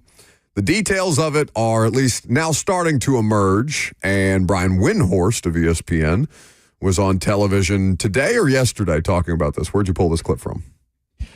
From ESPN. Today or yesterday? Today. Okay, today. So this was Brian Windhorst on television giving additional details on the Kevin Durant trade today. So the Rockets had this happen because Kevin Durant controlled this process. Last winter, the Warriors were ready to trade for him. And he said, "I don't want to go there." And they backed off. Last week, the Timberwolves were on the verge of trading for him. I don't want to go there. I don't want to go there. And Ant Edwards could have tried to talk him into it. He did not. He said, "This is not my place. KD, you do what you do." And so the price came down, the Rockets moved in. That's how you elevate yourself as a team. You buy low, and you have a great opportunity. I was listening to the audio while watching. Why do they put music behind people on TV? They need to stop that. Because then all Robert and Ross felt compelled to do in the other room is just sit there and dance to the music, which completely distracted me from what Brian Windhorst was saying. Do you need to hear it again? I do. So the Rockets had this happen because Kevin Durant controlled this process. Last winter, the Warriors were ready to trade for him. And he said, "I don't want to go there." And they backed off. Last week, the Timberwolves were on the verge of trading for him. I don't want to go there. I don't want to go there. And Ant Edwards could have tried to talk him into it. He did not. He said, "This is not my place. KD, you do what you do." And so the price came down, the Rockets moved in. That's how you elevate yourself as a team. You buy low, and you have a great opportunity. So that's Brian Windhorst. Interesting to hear that Anthony Edwards didn't try to persuade Kevin Durant because, you know, the dynamic between the two of them. That's Anthony Edwards' favorite player is Kevin Durant. Did you watch that Quarter Gold series on Netflix about their trip to the Paris Olympics? I did not. I've seen many clips from it, but I did not watch the whole thing. Part of that highlighted the relationship between Anthony Edwards and Kevin Durant. So I do think it's interesting. Is Anthony Edwards, as a young and upcoming player, even though he did not acquit himself well in this year's postseason, is he at a point in his career where he can sit back and be kind of casual about it and say, "No, if you don't want to come here and play with me, then I'm not interested in recruiting you"? I feel like nobody should be above recruiting somebody. Even if Kevin Durant is past the peak of his powers, Kevin Durant is still an effective player. Oh, absolutely. So I don't know how Anthony Edwards could be casual, seeing how short he fell specifically in the postseason. Oklahoma City, an excellent team, and they got them the one game, but then they were very quickly out of that series in 5. Yeah, it's like the last 2 years, really, for the T-Wolves. So close, but so far. Like, you get to the conference finals, but there is a significant gap between you and, for back-to-back years now, the team that gets to the NBA Finals. So that is interesting. I guess that's the most interesting thing that Wendy said there. Like, it's not... Yeah, that Anthony Edwards is not actively trying to recruit Kevin Durant to Minnesota. Yeah. It's not shocking that Kevin Durant had some sort of control over his situation, and the Phoenix Suns had to just kind of sit there and eat it as the price went down and down and down. And even still, we had a caller earlier in the show saying that his "oh no" in sports this weekend was how much the Rockets gave up for Kevin Durant. So it does make me wonder what those other price points looked like. The ones where Kevin Durant saying, "Nah, no, don't want to go." Clearly, he wanted to go to Houston. Is that because of oh my goodness, the name of the Rockets head coach, former Celtics, just got a giant extension. Ime Udoka. Udoka. Is there a relationship there? Like, I'm curious. Wasn't he an assistant coach with the Nets before he took the Celtics head coaching job, and then kind of crashed out over that? He had a inner office relationship with somebody. That was the thing that caught ran him out of Boston, if I remember correctly. I think that's Ime Udoka. Yeah, he was a Nets assistant in 2020 and 2021. So that would have overlapped with KD? Yes, that would have been the KD connection. And then obviously he took the Celtics gig. The Celtics gig came to the end that it did. And then he went on to become the Rockets coach because, as you heard Slay talking about yesterday, he's a very effective coach. And not, Joe Mazzulla, who's out there just allowing them to jack up threes and shoot themselves out of playoff games in Boston now. So that is probably the biggest reason, that connection there. The KD, Kyrie, Brooklyn Nets experience was such a weird period of time where it almost felt like that T-Wolves or not T-Wolves. Who was it? Oh, the Nets. When they acquired all the washed Celtics at the end of Kevin Garnett and Paul Pierce, and tried to recreate that magic, and it just went up in flames very, very quickly after they gave up the farm to acquire those guys. At that point, and he played his college basketball in Texas because I saw somebody in the chat say he's coming home to Texas, but he's from Baltimore. He's from Maryland. He's if I'm not mistaken, I think he grew up a Wizards fan, but would never, ever, ever go and attach himself to that franchise. I'm pretty sure he's a Commanders fan too. Even though I think Robert said he showed up at a couple of Ravens training camp practices and stuff like that here in the last couple of years. Way more reason to show up at Commanders training camp now if you're Kevin Durant. Speaking of, we mentioned Anthony Edwards not really making any great effort to recruit KD to Minnesota. The New York Knicks still don't have a head coach. No. And they are interviewing a T-Wolves assistant, Micah Nori, for the head coaching job after being turned down to interview Minnesota head coach Chris Finch for the Knicks head coaching job. This has been a disaster. It's a mess. How long since they fired Tom Thibodeau? Right. It was the Tuesday after the Eastern Conference Finals, so it's been a couple of weeks at this point. They've done formal interviews with 3 candidates, Nori, the T-Wolves assistant, and 2 former head coaches, Mike Brown and former Grizzlies coach Taylor Jenkins. But the bigger story is how much they've been turned down. I mean, the Hawks said, nope. The Bulls said, nope. The T-Wolves said, nope, you don't get to talk to our head coach. And they are left kind of scrambling. The Knicks did not seem to have a plan. They didn't want to take a swing at Stephen A. Smith? Oh. What did you say? They didn't want to take a swing at Stephen A. Smith? Yeah, dip back into that ESPN pool the way the Lakers did. He's going to be running our country here before soon. He can do both. Who says he can't? Which party is he going to run? And he will not relinquish first take when he does, too.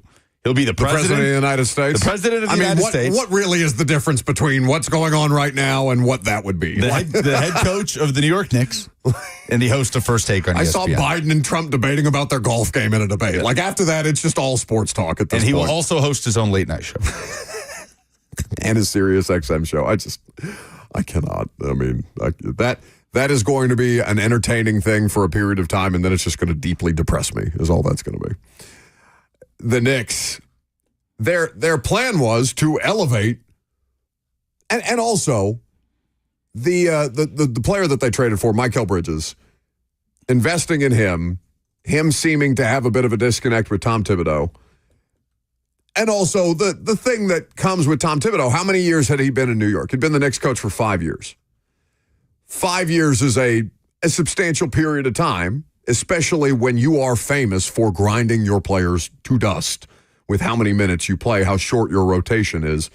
For Tom Thibodeau, that had clearly worn out its welcome, even though he got them to the furthest point that they had been in a quarter century. I don't know if that is a situation where it is, all right, we are going to try and get out of this, sell high, essentially. Like, all right, he did the best job he's possibly going to do here. He got the most out of this particular team, but the way that he coaches is not sustainable. So in theory, I do understand what they were trying to do. I just think that their plan involved their first couple of candidates. I think their plan involved people being more interested in this job than there seems to be interest in this job. The New York Knicks have, I think, famously, as an organization, their fan base does this too. This is also Madison Square Garden, like the mecca of basketball, right? Does it still carry that connotation if your team is not as good as these other teams and your ownership group is somebody that you don't trust? I can't remember the name of the guy he's the former head of CAA's basketball because he left creative artist agency to go run the Knicks in a front office personnel role, which, by the way, is not unprecedented. This happened with the Mets a couple of years ago where an agent left the agency side of things and then went over to run a team. But I don't know what about the Knicks job seems appealing to people right now. But apparently, that's not the case. 615-737-1045 is the number. If you want to jump in, we'd be happy to have you. We will. Keep going. I heard from the big wigs that we needed to keep people's attention, so I'm adding music like they do on those big sports shows. I don't want to do that. Get rid of that. Okay. No, I like it. Bring it back. Jon Jones, next. Oh, my God, it does help.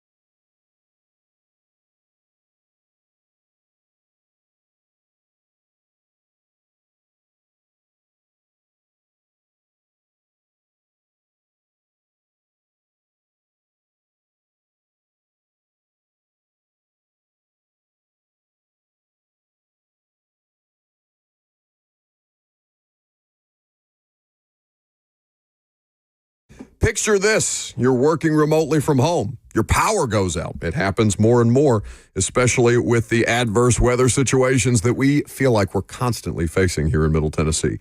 No need to compromise with Mother Nature anymore. Consider owning a home generator from Premier Generators. It could be the smartest investment that you make. Let the experts at Premier Generators help you out. They know their craft inside and out and will ensure the best generator for your own unique needs.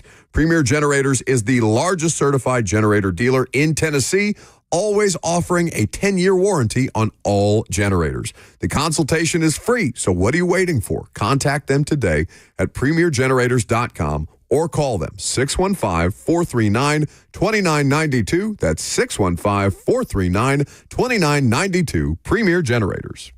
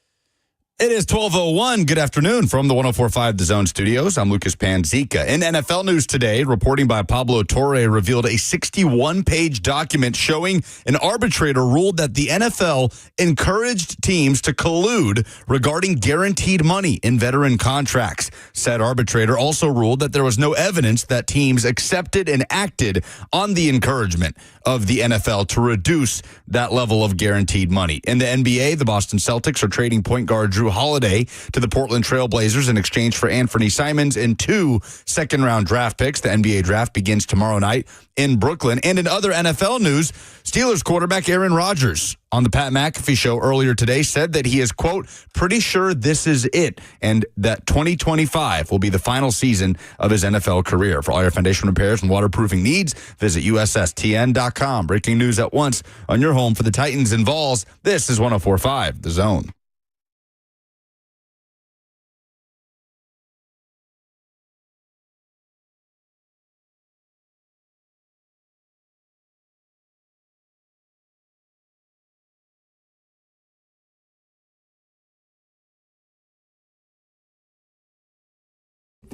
There's something to be said about going out on your own terms, and that appears to be what Jon Jones, one of the most famous and one of the most effective fighters in the Ultimate Fighting circuit, is doing. We didn't get to this story yesterday, though we intended to. Pate came in here. Slay was early. We were delighted to see both of them for extra segments, and we had a good time doing it, but it did push off one of the biggest stories in sports, which is that Dana White, the CEO of the UFC, got up at a podium in, how do I pronounce this country? Azerbaijan? Is that correct? I'm pretty sure that was close. So there's a press conference in Azerbaijan, and he's asked a question about Jon Jones, and he just very succinctly says, and I'm paraphrasing here without the exact quote, but he says, yeah, Jon Jones called me last night, as a matter of fact. He retired, and I can't remember the name of the guy who is now the UFC heavyweight champion of the world. Tom Aspinall, I believe is his name. So that was surprising because Jon Jones has always been a different kind of cat. You are not into mixed martial arts, are you? Not into it to where I'm like following any storyline. A huge chunk of the audience is, though. It has a tremendous amount of following. I think that the UFC has capitalized on the COVID window of sports and the post-COVID window of sports, as well as anybody not named the NFL, for how much more widespread that's become. Jon Jones is also regarded as one of the most selfish fighters in UFC history because of the way that he goes about this thing. Bert, you're a wrestling fan. Are you a UFC guy? Yeah, I definitely follow it. So when you heard this news initially, how do you kind of react to it, understanding the legacy of Jon Jones, who is as good as anybody? And like I don't pretend to be an expert in fighting sports, but I do enjoy excellence. He is excellent. He comes from a family of professional athletes.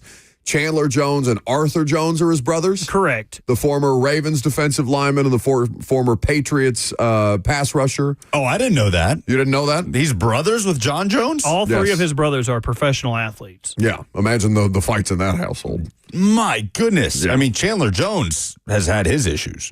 Yes. Well, there are issues as a part of the story, too, and Jon Jones has a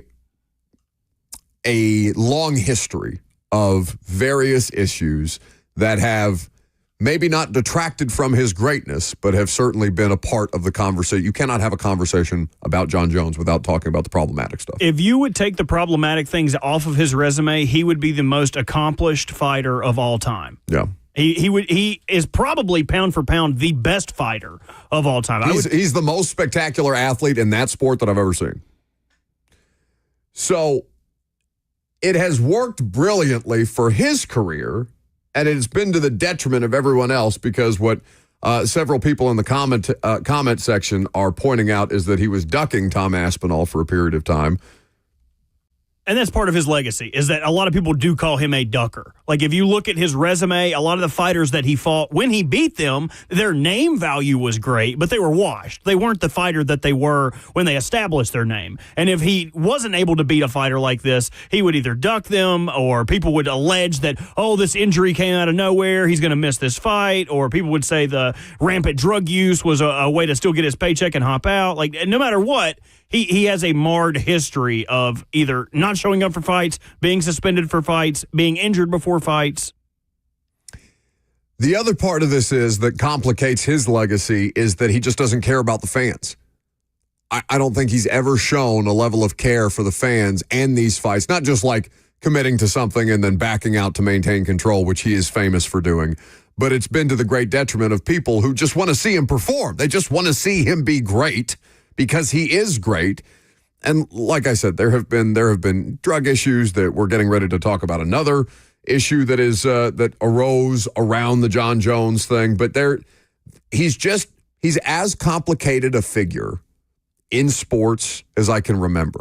Because there are complicated athletes. There are people who have, backgrounds that are suspect. There are people who are like Deshaun Watson, who you don't think there's anything wrong with that person for the first half of their career, and then all this stuff comes out, and you're like, who even are you? And it's a good reality check, I think, for a lot of fans. Obviously, you don't want the situation around Deshaun Watson to ever happen to any of the victims, alleged or otherwise. But it's a good reminder that you don't actually know who these people are, even though you've never had more access to them in your life. You have access to their personal social media. A lot of them have YouTube channels where everything they do, basically everything they do, is being documented. What they actually allow you to see is a different story. Jon Jones he's never catered to fans that way. And I don't know how UFC diehards feel about him necessarily, other than to say, yeah, it's complicated. Like a Facebook relationship status. People still do that in 2025? I have no idea. It's complicated. Maybe it's their dating profile thing now. But the other part of the Jon Jones situation is that he was arrested and accused of fleeing from police late February in Albuquerque. There's body cam footage that has since come out.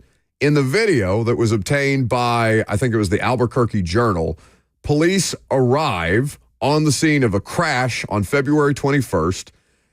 They are handed a cell phone by a woman in the passenger seat. She claims that Jones was the person driving the car, and the police are there to aid, to help her and to talk to Jones on the phone. The aide for Jon Jones, not Jon Jones, but his assistant, is on speaker. You can hear a voice that sounds like Jones in the background, though he sounds, according to the Albuquerque Journal, clearly inebriated and slurring at times. He immediately begins making threats, referencing surveillance techniques, and repeatedly mentioning his brothers, Lucas, who he implies will kill people for him. Which, again, based on... I mean, Chandler Jones got super erratic at the end. Didn't he have that fake weed situation in front of a police department, like a police bureau in New England, before he ended up going to Vegas? Oh, I wouldn't want to comment and get it wrong, but I believe it was like synthetic weed or something like that kind of put him in a downward spiral, something like that. Yeah. So the quote from Jon Jones that you can hear on the body cam is talking about his brothers. They slit throats. That's something he's comfortable saying, even though he's, clearly intoxicated. They're the most evil people you'll ever meet is also a part of the quote. The woman in the passenger seat who says the car is hers identifies the man on the phone as Jon Jones, who announced his retirement, obviously, on Saturday. And then Jon Jones just continually repeats that refrain of, my brothers will kill people for me. Stop me if you guys disagree here, but to me, this is Dana finds out. Dana tells him, okay, you can retire and you can drop the belt, or we can strip the belt from you. So rather than have another piece of his legacy, which is going to be tarnished one way or the other, rather than saying that he was stripped of the title, now history will say that he retired and dropped the title. That's what I take from all of this. It was a forced you either do it our way or we can do it the hard way. But just, the way he chooses to do these things is just insane. Because, again, the police report, the woman told police that she arrived at Jones' residence at 11:30 p.m. on the night of the crash and initially, quote, expressed reservations about consuming alcohol with Mr. Jones, citing previous incidents where she alleged he forced her to drive home while being intoxicated. She stated that she received assurances that this would not be the case this time, and subsequently consumed alcohol and ingested mushrooms at Jones's house. Per the police report, following a restroom incident requiring a change of clothing, you can infer, the woman then removed her pants with the intention of having Mr. Jones drive her home to retrieve clothing. Her next recollection was being at the scene of a traffic accident, and the last person she remembered driving the car was Jones.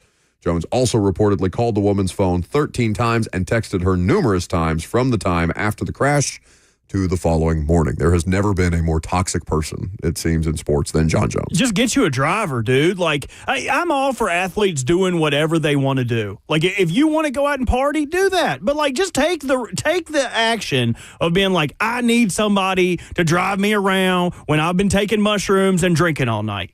If you want to take mushrooms and drink all night, then do that. But just, even if it's like Shador, like just get somebody to drive you around, man. Like for what?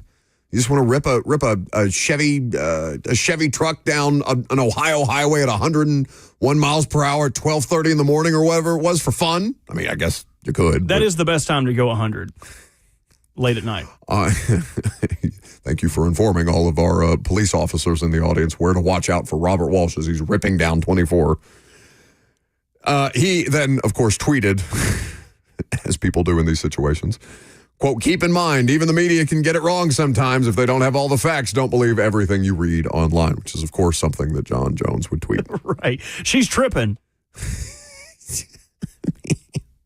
What's the immediate go-to playbook now when you get in trouble? To first blame the media or blame the other person? I was hacked. Yeah. Are we still even doing hacked? Like, I don't even see people doing the hacked thing anymore. AI. Yeah, that's the new one. Who was the latest incident of that? Was it Pickens? George Pickens was on a flight and said something about the Steelers being cheap. Oh yeah, I didn't say those things. That was AI. I've been on a plane, like every plane since 1995 hasn't had Wi-Fi. It's crazy. 615-737-1045 is the number. If you want to jump in, we'd be happy to have you. The NFL wins, but it also loses. We'll explain coming up next.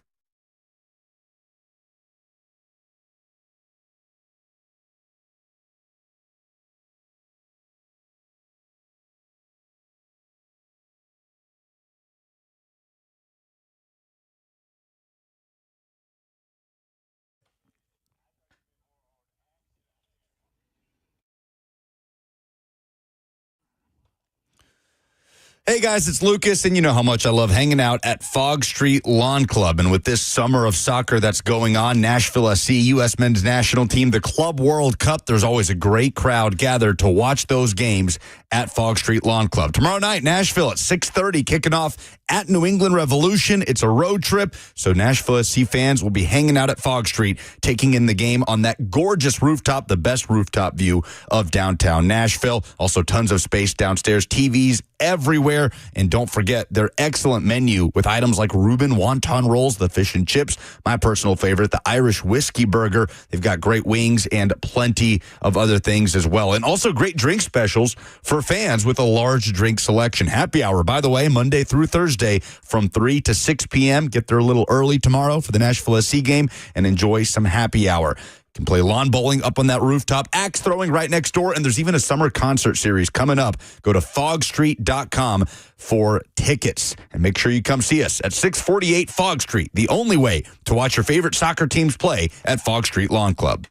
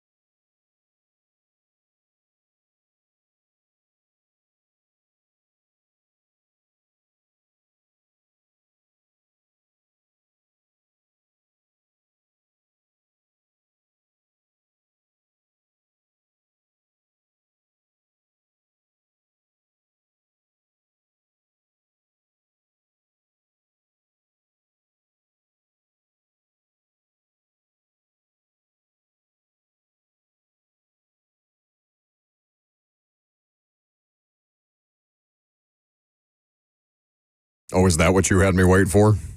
You just cropped me into the song? Lyrical genius Robert Walsh out there making mixes with the Wheel of Fortune wheel yesterday and now just plugging our words into song lyrics. You going to do that every time or just the one? Okay. Were you talking to me or are you talking to the audience? Okay, very good. 615-737-1045 is how you get involved. We'll get into this NFL collusion ruling here in just a second because it is the story of the day. But we were talking about Jon Jones and the complicated legacy of a lot of athletes. Jon Jones is particularly complicated, given his level of excellence and all the other malfeasance that's in his background, including this most recent story that's come to light from an arrest or an evasion of police in February. I guess he wasn't technically arrested. George is in Laverne up next. Yes, I was going to have a comment about Jon Jones, but this is I grew up in Indiana, in Indianapolis, and I went to the Air Force because I went to MTSU. TSU, and it was just like I had student loans. At any rate, I joined the Air Force. My roommate went out. He played JV for Indiana when Isaiah was there, and Isaiah Thomas. Thomas. Yes. Yeah. And the JV team would do their workouts, their stretches for say 45 minutes an hour, and all of a sudden Bobby Knight would come into the gym and say, Isaiah wants to shoot around everybody out. And that was it. There was no questions asked, and Isaiah was the only one in the gym shooting. And that being said, also got to see the Pacers play with the red, white, and blue ball. And they dominated. I mean, they were just, they won 2 championships, and during the games, before the game started, they would have, his name was Dr. Dunk, Donnell Hillman. They would climb up, put a quarter on top of the backboard. Okay. Thanks for the call. 60 seconds on the clock. What was the Jon Jones connection? I have no idea. I'm very confused. Just a little. Do you know what happened there? Little Isaiah Thomas story. I heard the front of it when I was screening it, that every popular athlete has skeletons in their closets, and we just never got to figure out what those skeletons were. I thought he was going to tell us like some kind of Isaiah Thomas, like complicated legacy type of story. Like was he alluding to something happening in these private shoot-arounds or just clearing everybody out of the gym so Isaiah could shoot around? I was led to believe the same as you. Was it going to all lead up to him missing out on the Olympic team? Was that going to be just the culmination of the story? I'm so confused. But thank you for the call, I guess. All right. So, the NFL collusion ruling. Now, the independent arbitrator, so there's a 61-page document. Apparently, Zach Lyons has printed. Did you print all 61 pages out? Put a microphone in front of him right now. Put headphones on so you can hear me bitching at you. No. Just wait. You have to hear me talk. My goodness. I heard you complain that I printed off 61 pages like that's some egregious thing. It is. To begin with. It is. Sorry, I want to be informed for my listeners. I don't want to read a pro football. Do it on your laptop. I don't want to. Here's the thing. So you can turn his mic down too. You have the power. He has no idea how to do that. So Pablo Torre on his Substack put out the 61 pages. Except for what he did, he scanned it as JPEGs, then converted it into a PDF. So it's technically 137 pages that cannot be scanned. So I had to print out 137 pages at home. My goodness. Robert is going to choke you out. At home. At home. Oh, okay. At home. Okay. And I brought it here, and I'm almost done with it. Okay. 137. So I'm not relying on what Pro Football Talk said. I listened to the podcast. It was good. But there's a lot of information. Like the Lamar Jackson negotiations, it's in its entirety is in here. The fact that Russell Wilson asked for a 7-year fully guaranteed contract at $50 million a year from the Broncos, which is insane. Insane is in here. Text messages calling Dean Spanos Dino is in here. So, I mean, lots of information. All the good stuff. All the good stuff. All right. Well, you can hear 137 pages. I'm trimming it down as we speak. So I'm highlighting. Is the NFLPA saying that the Broncos not giving Russ that contract equal to collusion? Well, what's funny is that they also had new ownership in that time frame. So the new ownership in that time frame, before he could get a new contract, the new ownership had to be stated into the league. Was it like approved into the league? I guess it would be the best way to put it. Voted. In August 2022. So like it was way after any of this went down, and the current ownership wasn't at these meetings that actually did the thing. So like there's much like the NFLPA, there are a bunch of idiots. J.C. Treader is a complete nincompoop throughout this whole thing, to put it politely. Players famously have not had a lot of respect for the players. The players just are, as we are all finding out about this, so are the players. Yeah. Think about that. The players didn't even know this was in writing. This was even an arbitration case outside of the ones that were included in testimony. Just think about that. None of that. Oh, you're getting faded out. What is this? It's Oscars music, it sounds like. This isn't, is it? It's not the Oscars music. It is a version of the Oscars music. Zach can't talk now because Robert has decided that he is concluded with his time. He turned his mic down. He's still not in there. Wait, what were you saying? You sick of him? It was too much detail for you about Lamar Jackson? This is information you had on Lamar, right? I mean, for the most part, I would agree. So the story that Pro Football Talk put out there was simply that Lamar's phone microphone wasn't working during negotiations with Eric DaCosta. Lamar famously does not have an agent, so this made negotiations difficult for Eric DaCosta. And I love how PFT kind of is like, well, if it was a technical issue or it was, just a way to avoid, some collusion, an avoidance strategy by Lamar to actually have those discussions is unknown. But I love that was the biggest takeaway from Pro Football Talk was Lamar's phone mic not working during discussions with DaCosta. Yeah, anything Mike Florio says about Lamar, take with a grain of salt. He hates him. He hates him with a fiery passion. Now, that's the first time you and Titans fans have ever been aligned, because Titans fans are convinced that Mike Florio hates them. Because during the COVID situation, when the Titans were the first team to experience a facility-wide outbreak, he alleged that they would be, what was it, a $10 million fine? A loss of first-round draft picks, or I think a $1 million fine for John Robinson and Mike Vrabel, like he was coming after everybody. None of that happened. He's just a big baby. Well, regardless of his emotional state, this story is, again, thoroughly reported by Pablo Torre, though the thorough reporting for Pablo is done behind a paywall, which, I know a lot of people take issue with, and it'll probably affect the amount of people that actually read the reporting that was done, but you can gain access to the 61-page document. And the 61-page document is the thing that is being discussed here. It's a ruling by Christopher Droney, who is a system arbitrator with both the NFL and the NFL Players Association.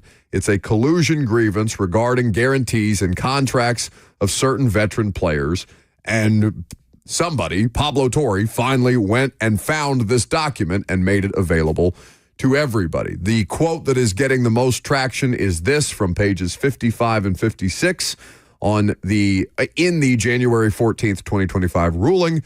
There is little question that the NFL Management Council, with the blessing of the commissioner, encouraged the 32 NFL clubs to reduce guarantees in veterans' contracts at the March 2022 annual owners meeting. So, the owners' meetings, you know this. We just did the show from owners' meetings in some form or fashion, where the NFL, the owners, their assistants, all the different people, the coaches, the general managers, the people that matter in the NFL, that get together at these things and they vote on stuff. Now, what is being alleged here is that they never actually, or there's no proven evidence that they actually acted on the encouragement or getting the blessing of the commissioner to reduce guarantees, though there are specific examples being cited that it may have come into place. It is the first hat tip, though, public hat tip, proven hat tip, that there was at least a blessing from Roger Goodell that, yeah, it's cool. You guys talk amongst yourselves. You figure out the thing that makes the most sense here, as long as we're not doing Deshaun Watson fully guaranteed contracts year over year. It's not sustainable. Not surprising. Not surprising. That the NFL would have this stance. I mean, what is the most surprising element of this? Like, is there anything that really catches us off guard here? Because it's a weird thing, because it's a big deal. It is a big deal. Make no mistake that a league would be found to have at least promoted the idea of ownership and franchise collusion to keep money down. Yes. To keep guaranteed money down. To keep guaranteed money down, yes. Which is the real, I don't have a problem just saying money because the NFL contracts, I understand why they can't fully guarantee NFL contracts versus the other leagues. There's a 100% rate of injury. These players, it's just tough to put that much financial investment, especially when the players are making $55-60 million a year on an average annual basis. You can't put that in guarantees. You simply can't. So I get that. And just how much of an unmitigated disaster the Deshaun Watson fully guaranteed contract was. Like, I get the NFL trying to, all right, let's get back to the mean here. So it's a big deal. But what's going to come of it? Like, ultimately, that's the real question what's here. What's the biggest implication here? It's going to be like, oops, you almost got us. Yeah. You almost got us here. If they were able to hide this for 3 years, just the idea that they thought about it or that they encouraged it, fair to expect that they would work particularly hard to make sure that anything else was scrubbed. It's like how we never found out who was on the other side of those Jon Gruden emails, right? Where Jon Gruden gets run out of the league because he's saying nasty things and very problematic things about the commissioner of the league and making different references, whether they were homophobic, there were some racial slurs in there. Like, it's a problem, but you never found out who was on the other side of those Jon Gruden emails. Jon Gruden was just the person that was out to dry, and you gave the people a pound of flesh, and they feasted upon it because it's a famous person. And oh, look at this, he's problematic in his NFL.com emails, which is dumb enough. It should be easy for us to keep our people out of the way of whomever he might be corresponding with and what those people might have said back to Jon Gruden, right? That was the biggest thing about that story to me, is that Gruden got hung out to dry and he ended up at a lawsuit with the league over it. I don't know what happens here, but I do think that it's just going to fuel conspiracy theories, and it's going to put players in a difficult position. That the PA knew about this too and kept it from the players would be the thing to have the biggest consequence potentially. I have no idea how the players are going to follow up on this. I don't know how difficult it is to get as many players to make a decision on how to handle the PA moving forward. It would probably be worth calling Dennis Kelly as somebody who used to be a PA rep here to kind of understand a little more details on how would players feel about this? Dennis is obviously not active anymore, but he still keeps in touch. You still have contacts with the PA and things like that. It would be worth asking Dennis, like, all right, how would you proceed if you were still actively involved in this? And what is the degree of difficulty on just getting the players in line on how to make a decision here? Because you're dealing with everybody, guys making $60 million a year to dudes who are on league minimum contracts and UDFAs. Like, it's a really, really difficult sample size of people to get aligned on certain issues, right? Yeah. And the current CBA is through 2030, right? We have another 5 years on the current collective bargaining agreement. I can double check if I'm not mistaken. Yeah. So other than this whole situation being used as a hand in negotiations by the NFLPA, just having that in your back pocket to say, well, we know that you have tried to collude to get this guaranteed money down. Truly, I don't know what else could come of this. Like, it's a weird thing where it's this bombshell report and a hat tip to Pablo Torre for digging it out, but like, in terms of consequences, where do we go? Well, that's, again, we could call Lust, right? We could ask Dan Lust. This is a legal situation. Dan would be able to provide some additional context on what the next steps are. One would imagine. I'm sure he's not ignorant of this case. In fact, it's probably worth just checking Dan's Twitter timeline to see what he's put out into the world about this. Yes, 2030 is the CBA is set to expire in March of 2031, which would be the end of that league year. So you are correct about that. 615-737-1045 is how you jump in on the conversation. You have anything to tell people before we go back to the phones? Yeah, a reminder that this Thursday, the Zone is bringing back the Split Happens Bowling Bash with special guests and listeners. Thursday, June 26th at King's Dining and Entertainment over in Cool Springs. 3HL will be broadcasting live, and then we'll be hanging out for a night of bowling, food, drinks, prizes, and more. And it benefits Home Street Home. There will be plenty of opportunity to donate because admission is free. You just got to RSVP now at 1045thezone.com. It is a free event, But we are raising money for Home Street Home. There's going to be QR codes around Kings Bowl for you guys to be able to contribute, especially right now in the heat. And I know Steven, in fact, we could probably check Steven's schedule. He's really busy out there doing so many things with his team to make sure that the unhoused community in Middle Tennessee is being supported and helped, especially through these incredibly difficult weather conditions that we're all dealing with across the country right now, the extreme heat. It's a really important time for them. They need as many resources as people are able to give. We're going to do everything that we can to raise as much money for them, whether it's the install and the money that you guys were able to help us raise for Home Street Home there. But this is another opportunity for you to do some good in some people's lives and help support the people who are actually doing the work to make a difference. So anything that you can do to help would be appreciated. Home Street Home also has a website, a Venmo, a QR code on their website for you to donate. If you're not able to attend the bowling event, anything that you can give helps. And Steven reminds us all the time, it's a common misconception that the winter months are the most difficult for the homeless community, but he says the summer months typically are much harder to deal with. Easy to understand given the conditions outside right now. So, like I said, anything you can do to help would be greatly appreciated, and we'll look forward to seeing all of you guys there on Thursday night. Darrington is up next. What's up? I'm going to try to hit all three because it's been a long little minute. Basketball. The Phoenix Suns, I know it's a day early. Phoenix Suns got to be the dumbest team in sports ever. How do you have 4 two guards that is averaging over $151 million that you have already hit your tax cap? And now that you have traded for Jalen Green, you want to trade him again. You're not even going to keep him, which was the whole purpose of making the trade with Durant in the first place. Matt Isbrook, God bless your soul. I don't think you know what you're doing. Jon Jones, name me a GOAT in any sport that does not have a history of something else. Tom Brady, from the football to his wife and the guard, the trainer. Name a GOAT that don't got nothing crazy on the side. There's not one. Everybody has a history. People got to understand, just because you're an athlete don't mean you ain't a human. They still make mistakes too. They just get judged for it more because they make more money about it. Nah, so what? It is what it is. If we aired out some of these regular people laundry, Lord, we wouldn't be able to smell nothing.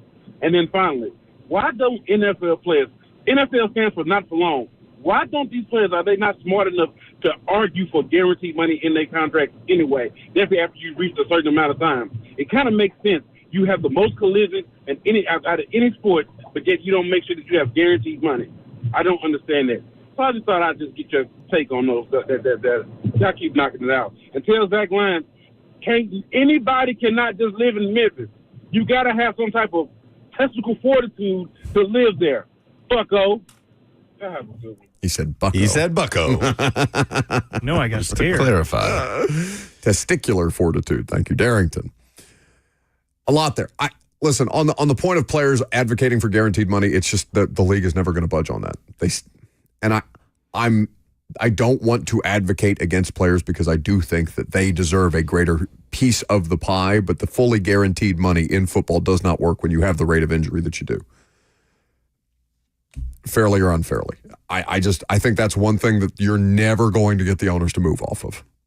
Especially right now when you're still dealing with the Amy Adams Strunks of the world and the Mark Davises of the world, people who have not yet welcomed private equity, the money that private equity can bring into their lives and are still kind of running their mom and pop type of thing. Mark Davis doing a lot better since they opened that stadium, and they can continue to prop him and his family up that way. But it's not everybody's the Walton family with 2 NFL franchises in-house between the Broncos and the Rams. 615-737-1045. Last call for phone calls. If you got them, Lucas has to get out of here. Where are you going? I am headed up to Foxborough. Nashville SC is a midweek matchup at New England Revolution tomorrow night. So we'll have it for you right here on the Zone. 6 p.m. pregame, 6:30 kickoff. And so this is a recent thing, you traveling with the team. Yeah, I went to Chicago a couple weeks ago, going to Massachusetts today. And this team's red hot. They're going to look to keep it going. Tonight, we're on the air, by the way, at 7 o'clock for NSC Backstage. BJ Callahan sits down with us. So a lot to talk about with this summer of soccer going on in the U.S. Trying to make it 11 into 12 unbeaten results against the New England Revolution. So Lucas will head on up there. We'll do some polls. Wrap it up next.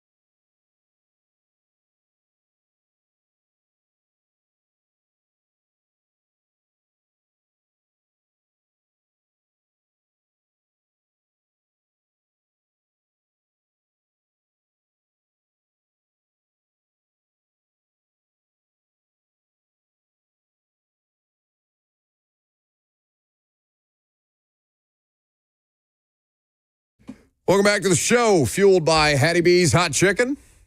Me and Bert will wrap this thing up for the day. It's just you and me tomorrow. Are you scared? No. Only thing that's going to be upsetting is you might need me a little more, so I wouldn't be able to sneak off, smoke a cig, eat someone's lunch out of the fridge, put a hole in the bathroom. We keep getting emails about that, by the way. Are you just ignoring them from our corporate shadowy overlords? I'm assuming that it is the downstairs salespeople that are affected and not so much us. And it is because I'm going down there and I'm eating their lunches. They're only in the office like 4 days a week, 3 days a week. What, the salespeople? So if you leave your food in there, I'm worried it would go bad. I'm worried that it would be wasteful. But there's no dates. There's names. I understand whose food it is, who I'm stealing from, but there are no dates. So Do you inform the salespeople after you've eaten their lunch or before you've eaten their lunch that is what your intention is? I'm not stealing from you. I'm here to make sure you don't waste. I will leave proverbial breadcrumbs. I will say that, hey, man, I don't know what you had for lunch, but someone was eating a bunch of Swedish meatballs in there. And they're like, oh, that was my lunch. And they'll run in there and they'll already be gone because I've finished my duty. I'm a raccoon. Yeah. There are jokes to be made there. I don't care about Madden ratings, but I know some of you do. All right. Now, this is probably for a certain subsect of the audience. If you are of a certain age, you probably don't care about Madden ratings either. But the Madden ratings are out, and there are people that are bothered by it because your sixth-round guard out of Sacramento State has a higher player grade or player rating than the number one overall pick at quarterback. Cam Ward is a 71, according to Madden. Apparently, these have been leaked by Stadium, reporting on the ratings for all 32 teams going into the game. The Titans came in with an overall score of 80 that would put them in a tie for 25th place in the league, according to Madden's ratings. 71 is the rating for Cam Ward. 75 is the rating for Jackson Slater, the sixth-round guard out of Sacramento State. There are Titans fans that are outraged. It's a video game. And you shouldn't be, because those ratings will probably change 3 more times before the game. They do. Every week, those ratings get updated. And also, there are less statistical categories for them to place a grade inside of Madden on for an offensive lineman than there is for a quarterback. So Jackson Slater may have hit certain thresholds with his play because they base the ratings off certain parts of people's combine scores, their games, of things of that ilk. So there's probably a lower threshold for him to have a 75, which is still not somebody you want starting for your team. But rookie quarterbacks also generally come in very low. Like especially rookie quarterbacks on the worst team in football. Like the ratings will come up. It's not a big deal. Now, I just told people that I don't care about Madden ratings, but I do think that this is interesting. Am I to make anything of the Denver Broncos having a lower overall team grade than the Tennessee Titans? Because that doesn't make any sense to me. The Broncos are far and away a better football. This is a playoff team last year. And they're also tied with the Seahawks, right? Aren't the Seahawks also an 80? Yeah, and Carolina's a 79. So these things make no sense whatsoever. There's those of you who are outraged on the internet about it. Jackson Slater is tweeting about it, by the way. I saw this. Which, I appreciate that he has good humor about it and that he's not going to rub it in Cam Ward's nose, even though he says he'll take it and he'll take his 75 and run with it. And, you guys should just be happy with the ratings that you got, because it could be like the Giants, who are a 75 overall. They are the worst. They are the worst team in Madden. So someone else who has a rookie quarterback, and I would imagine Jackson Dart's probably in the 60s as far as an overall. So save your energy. Figure out what you actually want to be pissed off about. Well, that's the problem. They don't have anything else to be pissed off about right now. I mean, other than, things that are going on in the actual world as opposed to the sports world. So they have no place to take their Twitter rage but to Madden ratings. So that, I guess, if you got to work off some steam that way, I suppose there's worse ways for you to express frustration than bitching on Twitter about Madden ratings. You ready to do some polls?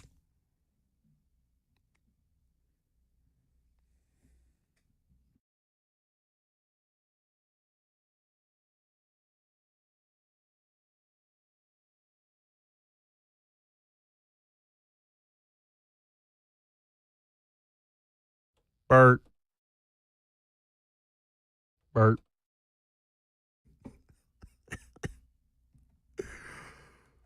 Oh, Jesus. Why did that sound more abrupt than it usually does? The polls brought to you by Two Rivers Ford, the most trusted Ford dealership in all of the South. What made you say, oh, no, in sports this week? I feel like we had this pretty well covered during the segment. Tim Chadwick bringing up Tommy's approach putt on 18 once again. The Brian, who I appreciate him chiming in every single week, says Will Levis still being on the roster. Appreciate the commitment, even if it's a stupid submission. What do people want more here? Do you think Will Levis wants out of Tennessee worse than people don't want him here? Or do you think the rage against Will Levis is so strong that Titans fans, because I just can't imagine like Nashville is a wonderful place to live. It can't be a pleasant experience for Will Levis. Yeah, I think the mob mentality would definitely get me down if I was in those shoes. That's really tough, and even if it is, some of it is earned, right? The people that go to extremes are obviously terrible people, and you don't need to make it personal, even though so many of you do. It just can't be a fun existence for Will Levis, but yeah, man, I don't know if he doesn't end up being a backup quarterback here. Like, I don't think you have to keep him just because he's got higher upside. You're probably not going to be a team that needs your backup quarterback to win you many games anyway. If you're a 6 to 7 win team, and that's generous based on Vegas's win total projection for the Tennessee Titans. All right, we didn't really get into this one that much because we spent too much time on Jon Jones, but what is the best sporting event to get in a fight at? So you're talking about from a fan standpoint. Like, if you are in the stands as a fan, what is the best sporting event for you to attend and then get in a fight at? And win. And win. And win a fight. The best place to get in a fight at, like a paraplegic basketball tournament or something. I don't know, where you're fighting people who are less than. If you Please don't go to a paraplegic basketball tournament and get in a fight. I'm saying if you had to go to a professional sporting event and get in a fight and win, what would be the best one to do that at? Probably hockey. See, hockey, I think everybody's already geared up and ready to go. Right, but then you're the star of the show, right? People go half the time for the fights, then you can be the star of the show. Yeah, but then potentially you can get your ass kicked by somebody who's a better fighter than you. My argument is basketball. I think basketball has the best mix of old people and unathletic people that you could potentially get in a fight with someone who is more disadvantaged than I. But like football, everyone is juiced up on beer. They're drunk. They have. You don't think there's drunk people at a basketball game? I do think there's drunk people at a basketball game, but I do think there's also more of a chance at a football game that you would get stomped out by the other team. How many fights were there at the Pacers Thunder game? How many fights were there in the crowd at any NBA game? Never. People are scared to fight. Indiana and Oklahoma people, very diplomatic, not fighters. Sure, exactly. That's the people that I want to fight. I want to fight somebody who's going to be like, no, please, not in front of my wife. All right. I know. Yeah, well, like John sandwich. Mellencamp being offended that Pat McAfee was yelling at Ben Stiller and doing a WWE promo. That's the kind of people that live in Indiana. Yes. I would say that, but a basketball arena, you're setting yourself up for failure there because the seating arrangements, especially if you're like up top, if you're upper level, it's very steep. If you catch a wrong step or if you slip the wrong way, you're taking a tumble, bud. And not only do you lose, but then you are publicly and very unathletically embarrassed. I'm going to Royal Rumble someone over the top if I have to. What's the most interesting storyline in the AFC North in 2025? A couple of things here. Mike Tomlin versus the unmarried mushroom cad. Thank you, Puka. That's really good. Yeah, we love that. But he is married. Isn't he telling people he's married? What, now he's telling people to stop digging into my social life. Leave me alone. He offered it up. Pot meat kettle. I don't know what to give to you here. Are you talking about me and Aaron Rodgers? No, I'm saying Aaron Rodgers asking people to leave him alone, but also offering up a weekly interview to Pat McAfee to ask him questions like this. No, I think that's relatable for me. Who was the most exciting NFL draft prospect in the 2025 CFB season? Eddie Jackson saying Arch Manning, who doesn't even have to come out. Yeah. Arch can stay at Texas. I'm going to have to go with Jeremiah at Ohio State. But he's not. He's a sophomore. Well, I'm agreeing with Todd McShay. Who said? That he would be the number one draft pick in the 2025 draft. Yes. So I agree with that. Okay. That's good. Those are the polls? Those are the polls. Excellent. That's going to do it for us today. It'll just be me and Bert tomorrow. We'll have some fun while Lucas is away. Lucas will be back on Thursday, but I think he's filling in for Zach. No prime time for me tonight. See you tomorrow.